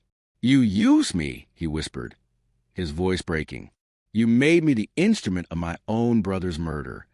"I gave you what you wanted," Loki replied coldly. "I included you in the games, let you participate in the celebration. You should be thanking me for the consideration. It was too much." With a roar of rage that shook the very stones of Gladsheim, Thor raised Mjolnir high above his head, lightning crackling around his head like a crown of fury. "I'll crush you, Oathbreaker. I'll grind your bones to powder for this treachery." But before the Thunder God could strike, Odin's voice rang out with the authority of absolute command. "Hold!" Thor froze, his hammer still raised, his face twisted with frustrated rage. "Father, he killed Balder. He murdered your son. And he will pay for it." Odin replied grimly, "But not by your hand, my son. Not in this manner. Loki is still blood brother to me, bound by oaths older than memory. His punishment must be different." Loki laughed then, a sound like breaking glass that sent shivers through every listener. "Oaths, yes. You cannot simply slay me, can you, One-Eye? For all your grief and rage, you are bound by your own words. I am safe from your immediate vengeance. Safe, perhaps, from immediate death." Odin agreed, his voice carrying a promise that made even Loki's smile falter slightly. "But not safe from justice. not safe from consequence. You have sown the seeds of Ragnarok this day, shapeshifter. The death of Bald is the first domino to fall, and its echo will bring down all our halls in time. So be it. Loki said with a shrug that failed to hide the tremor in his voice. I am what I am, and I do what I must. If that brings about the end of all things, then perhaps all things deserve to end. The words hung in the air like a curse, and indeed, they were prophetic. For with Baldur's death, the first crack had appeared in the foundation of the world itself. The god of light and purity was gone, and in his absence, darkness began to seep into every corner of creation. The beginning of the end had come to Asgard, and nothing would ever be the same again. The weight of consequence. In the days that followed Baldur's death, a pall settled over Asgard that seemed to drain the color from everything it touched. The great halls that had once rung with laughter now echoed with whispered conversations and muffled sobs. The golden light that had illuminated the realm of the gods grew dimmer, as if the sun itself was mourning the loss of the brightest among the Aesir. Frigg spent her days in inconsolable grief, alternately raging at herself for the oversight that had made her son's death possible, and weeping for the light that had gone out of the world forever. She would not eat, would not sleep, would not accept comfort from any who tried to offer it. The queen of the gods had become a specter of her former self, hollow-eyed and broken by a mother's ultimate nightmare. HRS suffering was different, but no less profound. The blind god had withdrawn completely from all society, locking himself away in his chambers and refusing all visitors. Those who passed his hall could sometimes hear him weeping or crying out in his sleep, reliving again and again the moment when his arrow had found its impossible mark. He blamed himself as much as Loki, perhaps more so, for he was the one who had actually drawn the bow and released a fatal shaft. The other gods struggled to make sense of what had happened. How could Loki, who had fought beside them against countless enemies, who had shared their victories and defeats for countless ages, have committed such an ultimate betrayal? Some spoke of binding him immediately, of dragging him away to suffer eternal punishment. Others counseled patience, arguing that Odin's ancient oaths must be honored even in the face of such treachery. Loki himself had vanished shortly after his confession, slipping away from Gladsheim while the gods were still reeling from shock. Some said he had fled to Jotunheim to seek shelter among his giant kin. Others believed he had hidden himself in the wild places between the worlds, using his shape-shifting abilities to escape detection. Wherever he had gone, his absence was somehow more unsettling than his presence had been, a constant reminder that the architect of their tragedy was still free, still unpunished, still capable of causing further harm. But perhaps most disturbing of all was a change that seemed to be affecting the very nature of reality itself. With Baldur's death, something fundamental had shifted in the cosmic order. Color seemed less vivid, music less joyful, hope less resilient. It was as if the god of light had taken with him not just his own radiance, but some essential quality that made existence bright and worth living. The Norns, those ancient weavers of fate, spoke in whispers of threads growing dark and tangled, of a pattern that was rushing toward some terrible conclusion. The wise among the gods understood that Baldur's death was not merely a personal tragedy, but a cosmic catastrophe, the first note in a symphony of ending that would eventually claim them all. Yet even in this darkness, even in this grief and growing dread, the story was not quite finished. For death, as the gods would soon learn, was not necessarily the end of all hope. There remained one final, desperate gambit that might yet undo the terrible work of this day, one last chance to bring light back to a world that had grown suddenly, terrifyingly dim. The attempt to retrieve Baldur from the realm of the dead would prove to be another tragedy in its own right. Another example of how small actions could have vast consequences, how a single moment of selfishness or pride could doom entire worlds to darkness. But that is a story for another telling, another chapter in the long, sad song of the gods ending. For now, it was enough that Asgard mourned that the light had gone out of the world, and that the first domino had fallen in the chain reaction that would eventually bring down the pillars of heaven itself. In his death, Baldur the Beautiful had become Baldur the Martyr, the bright god whose murder marked the beginning of the end of everything the Aesir held dear. His story would be remembered long after halls of the gods had fallen, a reminder that even in a universe of magic and wonder, even among beings of incredible power and longevity, Small oversights could have catastrophic consequences, and that jealousy and hatred could corrupt even the most fundamental bonds of friendship and family. The death of Bald was indeed the beginning of the end, not just of the gods, but the age of heroes itself, of the time when light and darkness maintained their eternal balance, and hope still burned bright in the hearts of those who dare to believe in better days to come.